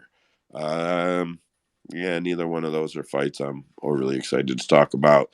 UFC I Vegas think 7. that Simmelsberger and what's another one's Jeremiah name? Wells. Yeah, I think that's a good. That's an entertaining fight. That's going to be a pretty wild, I imagine. Dude, Lucindo about to be minus 300, I bet, against Brogan Walker. For sure. Yeah, that's what I mean. That's I don't know. Maybe Brogan. I don't know. I liked her on Tough, but it's different once you get into the UFC. If she was going into a Invicta, that would be one thing. But this is Joe, do you remember when we were watching Tough? And I was like, you know what? I was like, I kind of like Brogan. Like she looks like she has potential. I was like, I can see her developing in a few years. And you were like, dude, she's 34. And I'm like, oh yeah, no, never mind. Like, no. Yeah, like she was like the biggest name going into that season. It's just based on Juliana Miller beating her and how Juliana Miller looked in her last performance. I mean, Oof. Lucindo, I think, put on fight of the night in her debut fight. And as like a women's fighter on a main card debut, all that stuff against Yasmin or whatever her name was. Man, that was quite a performance. So yeah, I'd imagine Lucindo opens a I pretty will high say I favorite. will say this though. I feel like she had them good coaches coming off of Tough, and then when she went back to her home gym, she probably isn't training at the same level as she was there. So we're probably seeing some regression. Although I don't think she was that good to begin with. Like I didn't think she was going to win Tough for sure. I thought she was going to get smoked by Brogan. But yeah. I actually I think I put it in the group chat. I think I actually have always liked Juliana Miller. I always thought that she was actually pretty good, especially on the ground. I never thought her striking was all that great, but uh, I think I mean, I'm a firm believer in this. A lot of people don't believe in this and nothing like that, but uh, I'm a firm believer in bad weight cuts, and I really think that her weight cut did not fucking go well. Because I was even, well, first I read some shit, and then second of all, just the way she looked, man. Like I was looking at her, I was like, this girl does not look good, like healthy. That's just I how she don't know, looks, man, bro. if that has a lot to do with, or how much it had to play a part in her loss this week. The other girl, I'm not taking anything away from her at all, but I'm just saying, uh, I think that plays a part in stuff. Well, I honestly I think she needs to go back to the regional scene, maybe get some LFA fights or some Invicta. There's very few fighters that are going to succeed at four professional fights. Like well, she hasn't fought nobody real at that world other than on the Tough House. she could have a Like good career there too, Trace. Like yeah, no, she could. No, she you very don't well could. always, I the just feel like she women might need to go fighters. back or Yeah, maybe and move. Go ahead, I'm Joe. no, I'm trying to agree with you. Like, I'm sorry. Like, I agree with you. Like, she could finish her whole career there and not have. It's not like a shameful thing, is what I'm saying, bro. Like, it's okay to get 15 fights in Invicta and retire. Like, there's nothing wrong with it. Yeah, Yeah, no. For the longest time, Invicta was the biggest platform for women's MMA. Yeah, and I'm not even, this is something. This could probably be one of those spaces, Joe, that we talk about forever. So I'll just say this. I don't think that she's technically out of. I think she could still get better in the UFC because, I look in the women's division and a lot of these girls that are coming up, and tell me if I'm wrong, but I mean, I don't see a whole lot of fucking like crazy intriguing fighters like how the like girls that are like an Amanda Nunes type or like a Wei Lee or like a you get what where I'm going. UFC 52, bro. All the talent is already here. Like that. Yeah, so like for me it's like I even look at this girl roster, right? And I'm like, you're telling me that in the 125-pound division there's fucking there's or there's 15, 20 better fighters than like Caitlin Neal, for instance. Like I watch Caitlin Neal fight, and I think Caitlin Neal's good. Like compared to some of these girls that are in the UFC. Like I know that might sound crazy, but like I Well, they just look at can't. Yeah, all the talent. Yeah, I get it. I get it. Listen, I don't mean to cut you off, but we're 5 minutes on Brogan Walker versus Lucindo here right now. I gotta push us. I gotta push us past this. UFC Vegas 72, April 29th. Emily Ducote versus Polyana Vienna.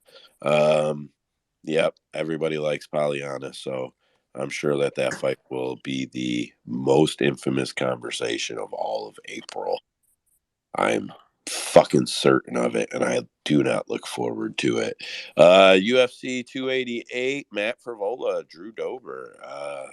Fuck yeah, Matt Frivola, Drew Dober. I'm fucking excited about that fight, guys. I think that's gonna be fun as fuck. I think Matt better remember that he's a wrestler in that fight. Otherwise, it's going to be a short night for him. That was probably a good cue in there, but that was probably a good cue in there. UFC event on May 13th. Jake Matthews versus Gabe Green is off. It's just I don't know. It's just off. UFC event May Really? 20th. Yeah. When did that shit get canceled? Don't know, but it's off. It's definitely off. Damn, that would have been a good one. Yeah. Borishev versus Hessier will be May 20th. I cannot say them boys' names. Like, you guys, come on, give me a break here. June 3rd, UFC event not named. Tim Elliott will fight Alan Nascimento. That'd be a good fight, I guess. Here's a fun fact: Tim Elliott is 7-10 in the UFC. He holds like most of the records at that weight division. Like it's Yeah, crazy how many records he holds. I know it's fucking insane, and yeah, I know. Same card, UFC event on June 3rd. Kai Kara France will take on Amir Elbazi. I'm on Elbazi. I'll tell you that shit. Till that guy loses, I'm on Elbazi. I don't care. I like Kaka France in that fight. I don't know why, because he probably gonna lose. Um. I'm with you, Trace. Kai Kara France gonna smoke that bum. Well, then you boys move I'm that. just, I'm You just boys. fucking. You But boys. I do hope that Kai wins that fight. I don't think I'm gonna be on Kai, but I do hope he wins. I like Kai. Yeah, I definitely gotta take that fight. I'm just talking shit. All you boys should put your money on Kai now, and then I'll take Amir later when the movement shows. UFC 289, June 10th. Eric Anders will fight Mark Andre Barrialt. Barrialt. There you go. And Jasmine Jasdakevich will fight Miranda Maverick. I think we already talked about that one, but I think it's official now. So Jasmine, what? Jasdakevich. Are you talking about Jasmine Jazz the Devicious or Vicious. whatever? Yep. Yeah. Yeah. Kiss my ass, boys. How about I'm that? sorry, man. It just makes me chuckle. I was gonna let you live, man, but Andrew on some other shit tonight. That's all right. Bellator announced a bunch of fights for their undercards on Honolulu. I'm not going through them for you. Not Bellator 94, which is on a Friday, but then Bellator 295 is on a Saturday. Aaron Pico is fighting Otto Rodriguez. Mads Burnell is fighting Justin Gonzalez. Yep, those are the only fights I'm going to even mention that are on that card. Don't even care. Those are Yo, just. Gonzalez been out for a while, man. Yeah, I can't even believe he's fighting. I'm not mad about it. I can't even believe he's fighting, to be honest. All right. So, sorry, got to hit a charger here for the phone. 3 devices running here, rotating chargers and shit. So that is the end of that. Hold on, Kate's Upcoming. got his hand up, Joe. Go ahead, Kate. Oh no, I was. Are you done with that section of things? Yeah. Go ahead. Okay, because I was gonna say I was just scrolling up. You know what fight they need to make for International Fight Week, Joe? Because I know we're going. I'm listening. You ain't got to say. Andrew's going to be there too. Andrew, whoever else is going to Fight Week. Well, I'm not going to the actual fight though. Oh, you're so. Oh, fucking A. Are you Yeah, being I'm not cheap, paying Andrew? $800 to go see the fight. No fucking Oh way. my God, Joe, he's Buy his being ticket, fucking Kate. cheap again. He lives in Vegas. He don't care. He don't go already. I'm just fucking with you. No, but real talk, and it's not even because I'm a fan of him. I just think that it would be a fucking great fight for International Fight Week. But I think Poirier's not doing nothing. Gaethje's not doing nothing. Let's fucking rebook it. Fuck it. I'd be down. That, I think it's already in talks because Poirier was saying they are it's talking making about it it. makes him nervous, and when he's nervous is when he does his best. He says.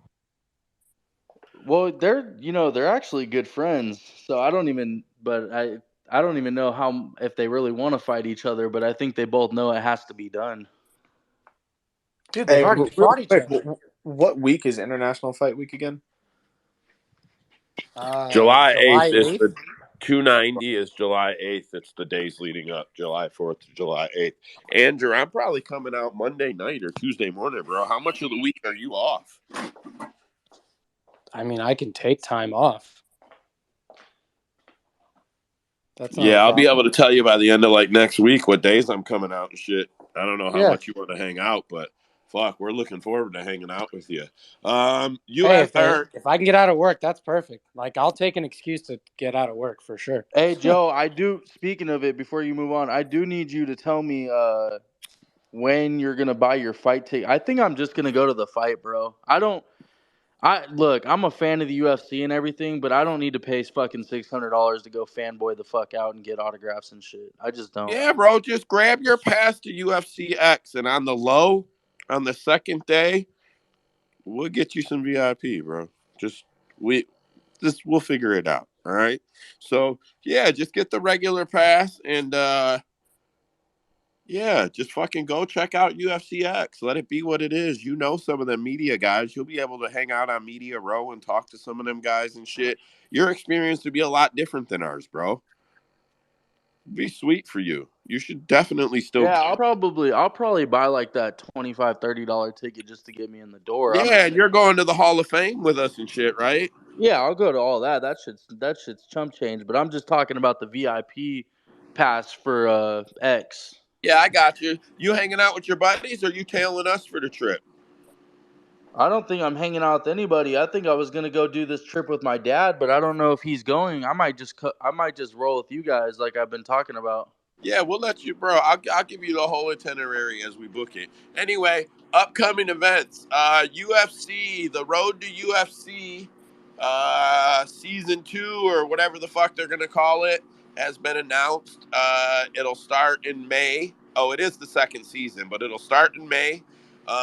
It's Asian-based fighters again. The UFC confirmed Tuesday the opening round of season 2 will be held May 27th and 28th as it retains The 4 weight classes from the previous editions, men's flyweight, bantamweight, featherweight, lightweight divisions. The UFC is going back to other event. The UFC is going back to Abu Dhabi in October for UFC 294. These motherfuckers talking about 294, but can't fucking give me some fights for 290.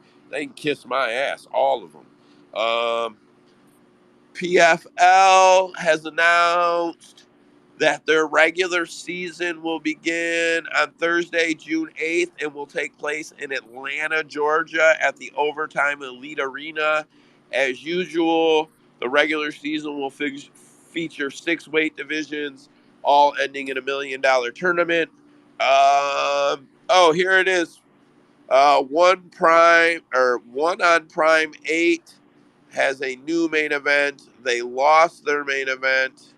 Yeah, it's a bunch of fighters. Nobody in here. Ratang, that's the one you were talking about. Is that who you said is out, Trace? Yeah, yeah. Yeah, so their replacement fight just fell out too, so that's not really worth announcing. Invicta FC will be in Denver May 3rd. If anybody lives near Denver and wants to go, you could go see Invicta FC 53. That's all I got for upcoming events. I don't know. It's a quick little segment. I liked it. I think I'll add it. Take 2 minutes. All right, here we go. Dirt sheets.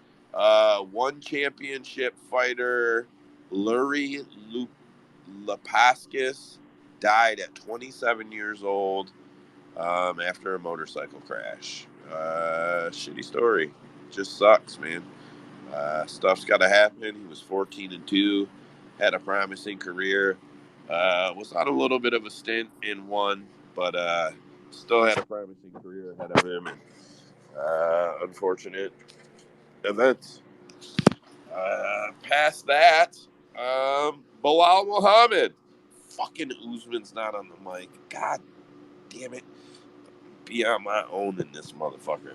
Bilal Muhammad says Colby Covington is getting a title shot because he cut a deal with the UFC to drop the lawsuit against Jorge if he gets a title fight. I don't know if it's true, but yeah, I don't. Okay, maybe. I don't know. Then Bilal posted some shit that he's white and deleted that. So I don't know. I don't really get into all that hate race shit. I feel like UFC is pretty fair. I don't know. Maybe I'm wrong, biased, whatever. But I don't care if Bilal gets knocked out anymore. He was humble. Now he's being an asshole, and I don't like it. So Dana White said Colby Covington gets the next title shot. But Colby's talking about fighting McGregor. Like, I need Conor McGregor to retire because I need everybody to quit fucking talking about him. So we are now in a world where Colby Covington could beat Leon Edwards. Don't give me shit. It could happen. And Conor McGregor could fight Michael Chandler at 170 and knock him out. And at the end of this year, we could be talking about Colby Covington versus Conor McGregor for the 170-pound championship. What in the flying fuck, man? Like,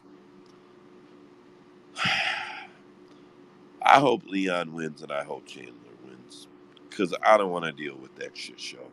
Can you imagine that fucking press conference? You guys think Kobe remains heel or tries to go like a baby face because Conor will be full heel? Two Hills going at it. I don't know. Maybe. I don't know.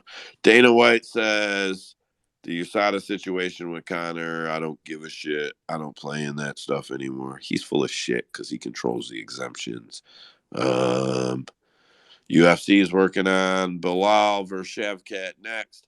I'm not going to sit here and read off the Bellator 292 salaries. Let's just say 3 people made 150 grand, 2 people made 100 grand. 2 people made 80 grand. Nobody else made much. The whole card added up to 1.2 million. 3 fighters on the last UFC card made 1.2 million or greater. So, I mean, maybe if you're looking at profit sharing ratios or whatever, you can bag on the UFC, but they're building performance institutes. Dana just announced they're going to build one in Africa and stuff. I support the UFC because I really think they're building a sport the way no one has. Unfortunately, it may lead to a place where they own a sport, which is not cool. Andrew, I hope you're listening, fucker, because this is for you. The PFL recently announced PFL Europe, and it has brought several headlines with it.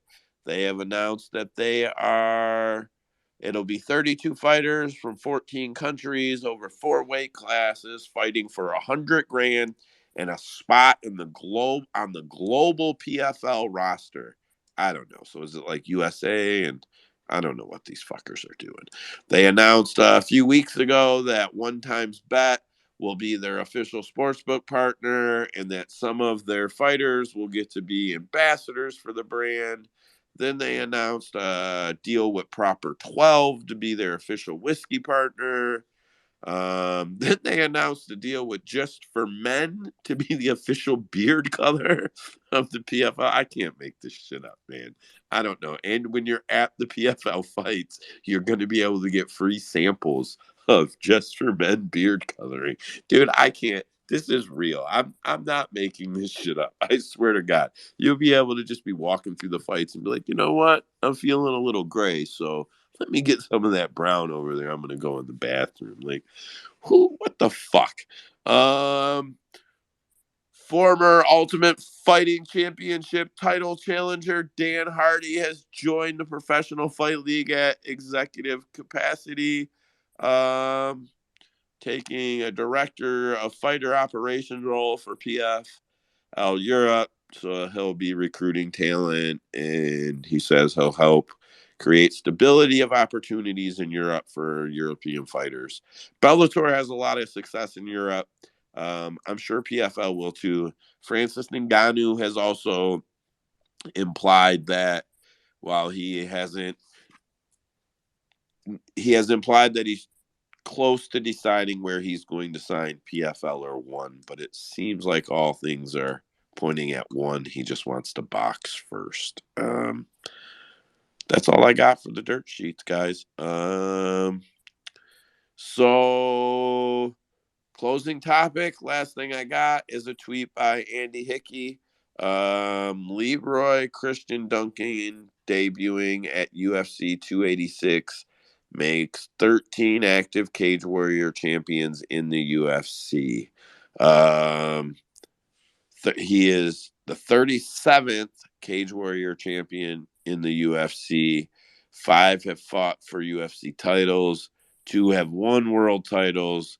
The active list of Cage Warrior champions that are in the UFC are Pani Kinzad, I believe is how Kianzad, Patty Pimblett, Nicholas Dalby, Nathaniel Wood, Molly McCann, Modestus, you guys can say his last name, Jake Hadley, Ja Herbert, Jack Shore, Jack Hermanson, Ian Gary, Conor McGregor, Christian Leroy Duncan.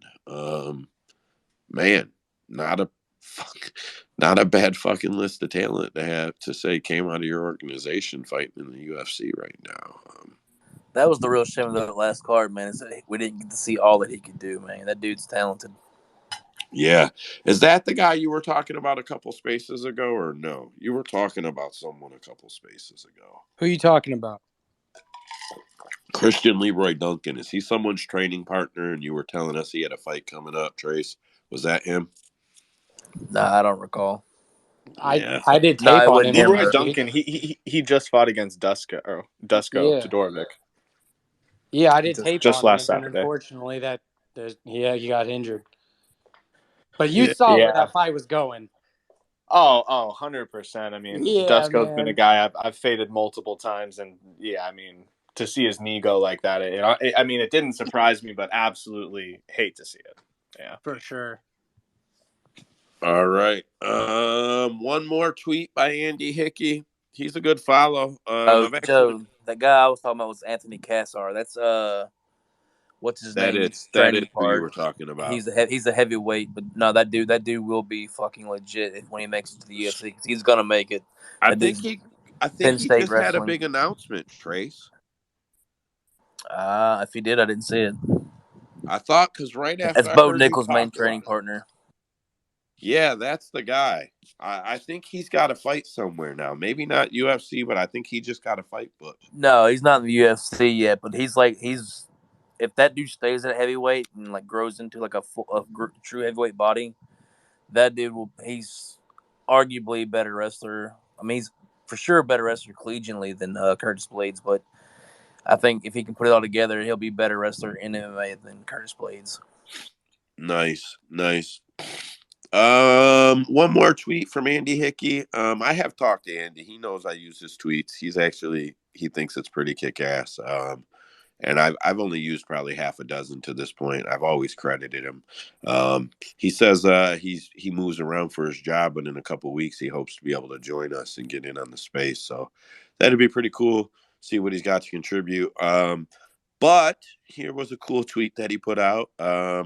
With a loss versus Leon Edwards, Kobe Covington would join a select group of fighters that went 0-3 in undisputed title fights. One of them went 0-4.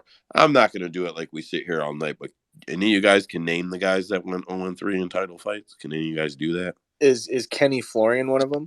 Yes, he Bro, I is. was just about to say that, man. Damn. Yeah, well then you should have said it, Andrew. What's up? What's up? All jokes, but honestly, I just remember seeing like one day or 1 week. I feel like I saw that stat so many times blasted at me, like Kenny Florian, Kenny Florian, Kenny Florian. So Yeah, and I think it was in like 3 different weight classes too. dude, you might actually have me there too. Yeah, he fought it. He fought actually high up. He pulled some BJ Penn stuff, dude. Yeah, I think on the Ultimate Fighter, he was a fucking middleweight, but then he fought as low as 145, and I'm just like, holy shit, how the fuck does someone do that? I'm pretty sure Kenny Florian, one of his first fights was a post fight. So it was like after the main event and everything. He fought after the main event. Like you guys know PFL does that sometimes, or like some Yeah, people I even love have that that. shit, bro. I love how post limbs. That's what Yeah, Bellator calls yep, them. the post limbs. Yep. So Was that's this how UFC? long back. Yeah, that's how long back Kenny Florian was fighting with the UFC. They had a post limb and that he fought on. And he was like, man, he's like, everybody left. He goes, felt like I was fighting in an empty arena. Oh, I seen that. I seen that interview, bro. I seen that. Yes. Yeah. Yeah. The reason they would do it, Andrew, sometimes is because like the card would end early for television time. Like it would be prime time wherever, but it would end early where they were at. So they would bring in post-lim fighters. So the locals would have, evening of fights, or for people that stayed in casual viewing, things like that. But No, I post-lim, understand it. Like, I totally understand post libs. I just didn't know the UFC did them back in the day. Yeah, you want to talk about somebody that like pretty much gave the case for like really using elbows because that dude cut people up. Like he was one of the first guys that really were just like slicing people up with elbows. He was one of like the main cases for like, wow, we really should do elbows more. You know what I'm saying? That dude he's underrated. Like he couldn't beat Sean Shirk because John Shirk was a juice head, but like I think he would have been champ had it not happened.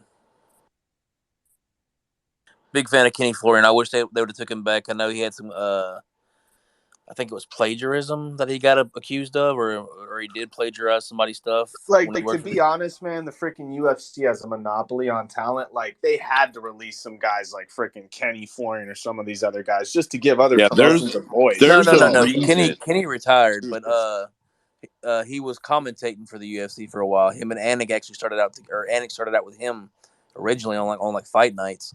That was to me still one of the best duos in all of MMA as far as broadcasting. Yeah, they were really good together. But I do a side note, not because Kenny, but the UFC. There's a reason that they let a lot of these guys that could be ambassadors go. Uh, that holding on to big names as ambassadors kind of killed them, and it's silly that these other companies want these guys to go over there and just pay them a lot of money to say that they're part of it. I don't know. Whatever. Weird dynamic. Anybody else got any other champs? 0-3, 0-4 title fights? None? None? I only thought of two and was embarrassed when I didn't think of the other ones right away. Like, I had thought of Joe Benavidez right away, 0-4. I thought of him right away. That's a And good Joe one. Daddy Stevenson. what's that? Joe Daddy Stevenson. No, he didn't get 3 title shots. Oh, you're talking about a certain amount. I thought you were talking about somebody that didn't get title shots. No. Went 0-3 in undisputed title shots. Benavidez went 0-4. I thought of Gus too, Alexander Gustafsson. I thought of him too. So He fought 3 times? yeah. Because he fought Who did he fight DC. besides John for the title? DC. Oh, yeah. Okay. Yeah, DC. Then the one that I was fucking embarrassed I didn't think of, fucking Chael Sonnen, bro. Oh, dude, the most obvious one, right? Yeah, I felt like such a fucking rookie. Like, damn it, bro. Like, I only had a second because I'm reading this tweet, right? So it wasn't like I had a long time or anything, but like I tried to stop for a second and just like look down and think of who I could think of. I can't believe Chael Sonnen wasn't the first fucking one I thought of. Yeah, all those guys are guys that, like, if any of us, I think, were given like a multiple choice answer, and like only one of them were on the list, like we would all know those right away. Like, Chael, this guy, like Yeah, thinking it off top of the head is definitely hard. it is. Uriah Faber, another fucking obvious one, bro. Like, fuck, I wouldn't have thought of him. I wouldn't have came up with him sitting there, but man, fuck, another obvious. Oh, yeah, his title was in WEC, huh? Yeah. Dude, Yeah. I talked too much trash at against some Team point. Alpha Male to not remember that. Wow. What'd you say, Andrew? Andrew's cut. You turned into a robot, Andrew. Yeah, he did. What? There you go. Now I can hear you. You sounded funny, whatever you said last. Oh, okay. Yeah, you're cutting in and out. Another one on there. Fucking Dan Henderson. I mean, I'm not embarrassed that I didn't think of him, but as soon as I seen it, I was like, yeah, Dan Henderson for sure. I wonder how many of these guys ended their career with their last title shot, because I know that Dan Henderson did because it was against Bisbang. But I'm guessing all these other guys kept fighting after their third. Well, Gus did, and then he came back. Yeah, exactly. And then like Joe Benavidez, I think he obviously lost, and then he got the rematch right away. And then did he call it after the rematch? Yeah, I think he did, didn't he? Okay, I think he did. Chael Sonnen obviously kept fighting. Uriah came back and got beat up by Jan, but it wasn't for a title shot, was it? No, because he beat Ricky Simone first. Like, Uriah said he wanted to come back for the title, and they were like, all right, why don't you beat like a lower level guy like Ricky Simone, which is funny because now Ricky's a Team Alpha Male. But yeah, it is funny. I feel like most of those guys probably should have stayed retired. Glover almost made that list. He did almost make that list. Wow. He did almost make that list. So the last one, I don't think if I offered $100 without Google, anybody would fucking get it, to be 100% honest. Pedro fucking Rizzo. He fought for the UFC title. Bro, that was like 25 years ago, man. Yeah, that's what Who the fuck is going to remember that? That's what I'm saying. He fought in the UFC, bro. So, like, this dude fought at UFC 17.5, UFC 18, UFC 20, 23, 26. Nastiest leg kicks in the game, bro. Yeah, bro. 26, 27, 30, 31, dude, 34. Like, were headbutts still legal? Like, what, dude? Like, fuck yeah, they were. 36, oh 39, 41, 43, 45. Then he went to Pride and fought in Pride for a while. Bro, he fought in Affliction. That dude was a fucking legend, but he never got UFC gold. Man, I can't wait to tell my kid one day when he watches UFC, I'm gonna be like, you know, the first ever heavyweight champion won by headbutt. They're gonna be like, what? It's like, swear to God, just ground and pound headbutt all day. It Nah, was the wait till you easiest tell move in the him game. the first UFC fight ended by a punt kick to a grounded opponent. I mean, like that's what I'm saying. Like people won't even believe the results of some of the first matches. Nah, It's bro. just One insane. one home dude was holding the guy down and punched him in his junk. Dude, what about the guy that came in with one boxing glove on? I mean, this was literal comic, like comical events. Like it was Dude, Man, do you guys remember so that good. guy? He was he got like goes Good like one, straight Andrew. to the dome and knocked his ass out fucking cold. It was like it seriously like You to broke this. up all through that. Are you serious? Yeah, you broke up all through your explanation. yeah, you're cutting in and out really bad, Bubba. Bro, Are you talking why? about the one where he crucifix? Are you talking about the one where the black guy crucifixes the guy and starts hammering him with elbows? Yes. Yeah, that's a classic. That's one of the first ones I ever saw.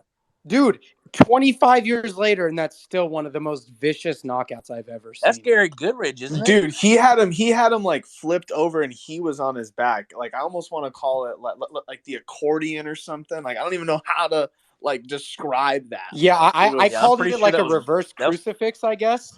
Like, Yeah, that's essentially what it was. That I mean, that I think that was Gary Goodridge. I'm pretty sure. Dude, I haven't that shit seen was. something as weird as that on the ground since like Roman Dolidze flipped the calf slicer on Jack Hermanson. Like just weird techniques Yeah. that get reversed that you've never really seen. Just weird. Y'all see Laura Sanko doing the forearm slicer? Bro, you just took that shit out of my mouth, bro. I Got was your ass, just about boy. to say that shit, Do son. better. Do better. Fucking beat me to my motherfucking punch trying to be polite over here. Bro, All Rich did right, the same listen. shit, I'm telling you. Like, we had the same thought. Listen, so talking about them old fights gives me a perfect transition before we get out of here. I'm glad Deb Picks is here. I'm glad Yeah, well, anyone is Ozzy still just listening. requested a mic. Let Ozzy get on the mic real quick. Yeah, I can't see the request. I don't know why. Oh, he's on a mic. Ozzy, what's up, bud? I don't know. I don't Just hear him. kidding. Yo, what's happening, fellas? How's it going? Not bad, not bad. What's good, Yeah, I brother? was just, I've been listening all day. All right, take it easy, Maxie. Yeah, been listening all day. Just, wanted to pop in when you were taking a stroll down memory lane, talking about the good old days. But yeah, Dan Henderson was always one of my favourites, man, from the early days. I got a chance to talk to him the other day on one of the spaces. I can't remember who was hosting the space, but he was a Was it pretty cool Colin guy, man. Crandall? Yeah, it might have been. No, it wasn't Colin. I'm on his spaces a lot too. It might have been actually. I'm not sure, but he's the coolest guy, man. He must be old as shit now. Like he must be 65 or something, 60. I don't know, but Yeah, I was he. actually in that chat with Oh, you were Colin. there too. He does sound old as shit now. Yeah, he does, man. And he did everything. He fought everybody, man. Like I asked him, like, who did you want to fight? And he goes, I kind of fought everyone. He said, yeah, he wished he had fought John Jones, but I'm kind of glad he didn't because that wouldn't have gone down too well. Dude, those guys are such savages, man. Like it reminds me of Don Fry saying, "If I want to come back, I'd only fight one guy, and that'd be Francis Ngannou." Like Yeah, they're complete savages. Like there's guys in the division that didn't want to fight these guys. So yeah. it's Don so Fry fun. is Don Fry's another one. I don't know if any of you guys follow Don Fry, man, but he thinks he's Oh a yeah, sex symbol, man. He's just fucking hilarious. He was It trying to is do it is a solid stash. yeah, it is, Listen, man, and it's had plenty of rides. I can tell you that. I'm gonna do a shameless plug here for anybody that's still listening or tuned in of recent, or anybody on the YouTube still listening at the point of this recording. Go to the On Topic Twitter page and go down to the 25 for 25 post. Look, man, I'm just paying for it out of my pocket. I got this cool idea where I'm willing to pay $25 to a charity for a 25-minute interview with a fighter. And we could do one or two or whatever, a couple of three of them a week if we could get fighters. But go to that post and tag your favorite fighter and like all of the other posts there that everybody else wrote their fighters. And let's see if we can do that. I'm not a media guy, bro. Cade brought in Terrence, you know what I mean? Like we've got some friends, you know what I mean, that help us out. That shit was awesome what Cade did. And we got some other fighters in here on our own, but we have spanned all their inboxes and we have you know, but a bunch of replies on a post with a bunch of likes, with a bunch of tags can get it kind of in the MMA Twitter rotation, which may get us lucky enough to just get people commenting on it and liking it. So I try not to be too shameless, but completely shameless there. I posted to Cub Swanson. I met Cub. He's an amazing guy. I'd really like to interview him. No shame. Please go like that one. Comment on my comment to him if you could. Yeah, no shame. Shameless there. We were talking about the early fights. Um, Kind of gives me a minute. We should be wrapping up, but I'm going to take a few minutes here while I got some of the tape guys still here. So next week there's no UFC to look forward to, but we still do spaces. So I want to get going about an hour early next week, and I want to do like 5 topics. I want to do one that revolves around fight fixing. I want to do one that revolves around corruption, steroids, and MMA. I want to do one that involves Jeff Molina and his situation. I want to do one that involves some politics that are involved in MMA that people don't realize. Maybe 20, 30 minutes a segment. But we can do them like tape. Um, I don't want to carry the subjects on my own and have nobody else talking about them. So I'm going to post them in the tape room. And anybody listening that wants to get in on this, even if it's just for this space, just message me, man. I'll send you topics and links. But I'm going to post a couple topics. I got like if everybody could watch some videos, like I'll give you a set of videos that are about an hour long to watch. And then we can talk about it for 20, 30 minutes. If I could get 2 guys on each subject, I think it would make for a couple of very awesome conversations we could clip up for YouTube. That I don't know. I think could get some attention if we get going early. If I do some good tweets, so yeah. Anybody interested in that or the tape guys, I'll get it posted and hopefully everybody will want to do it. But that is definitely the plan for next week. So we will be here.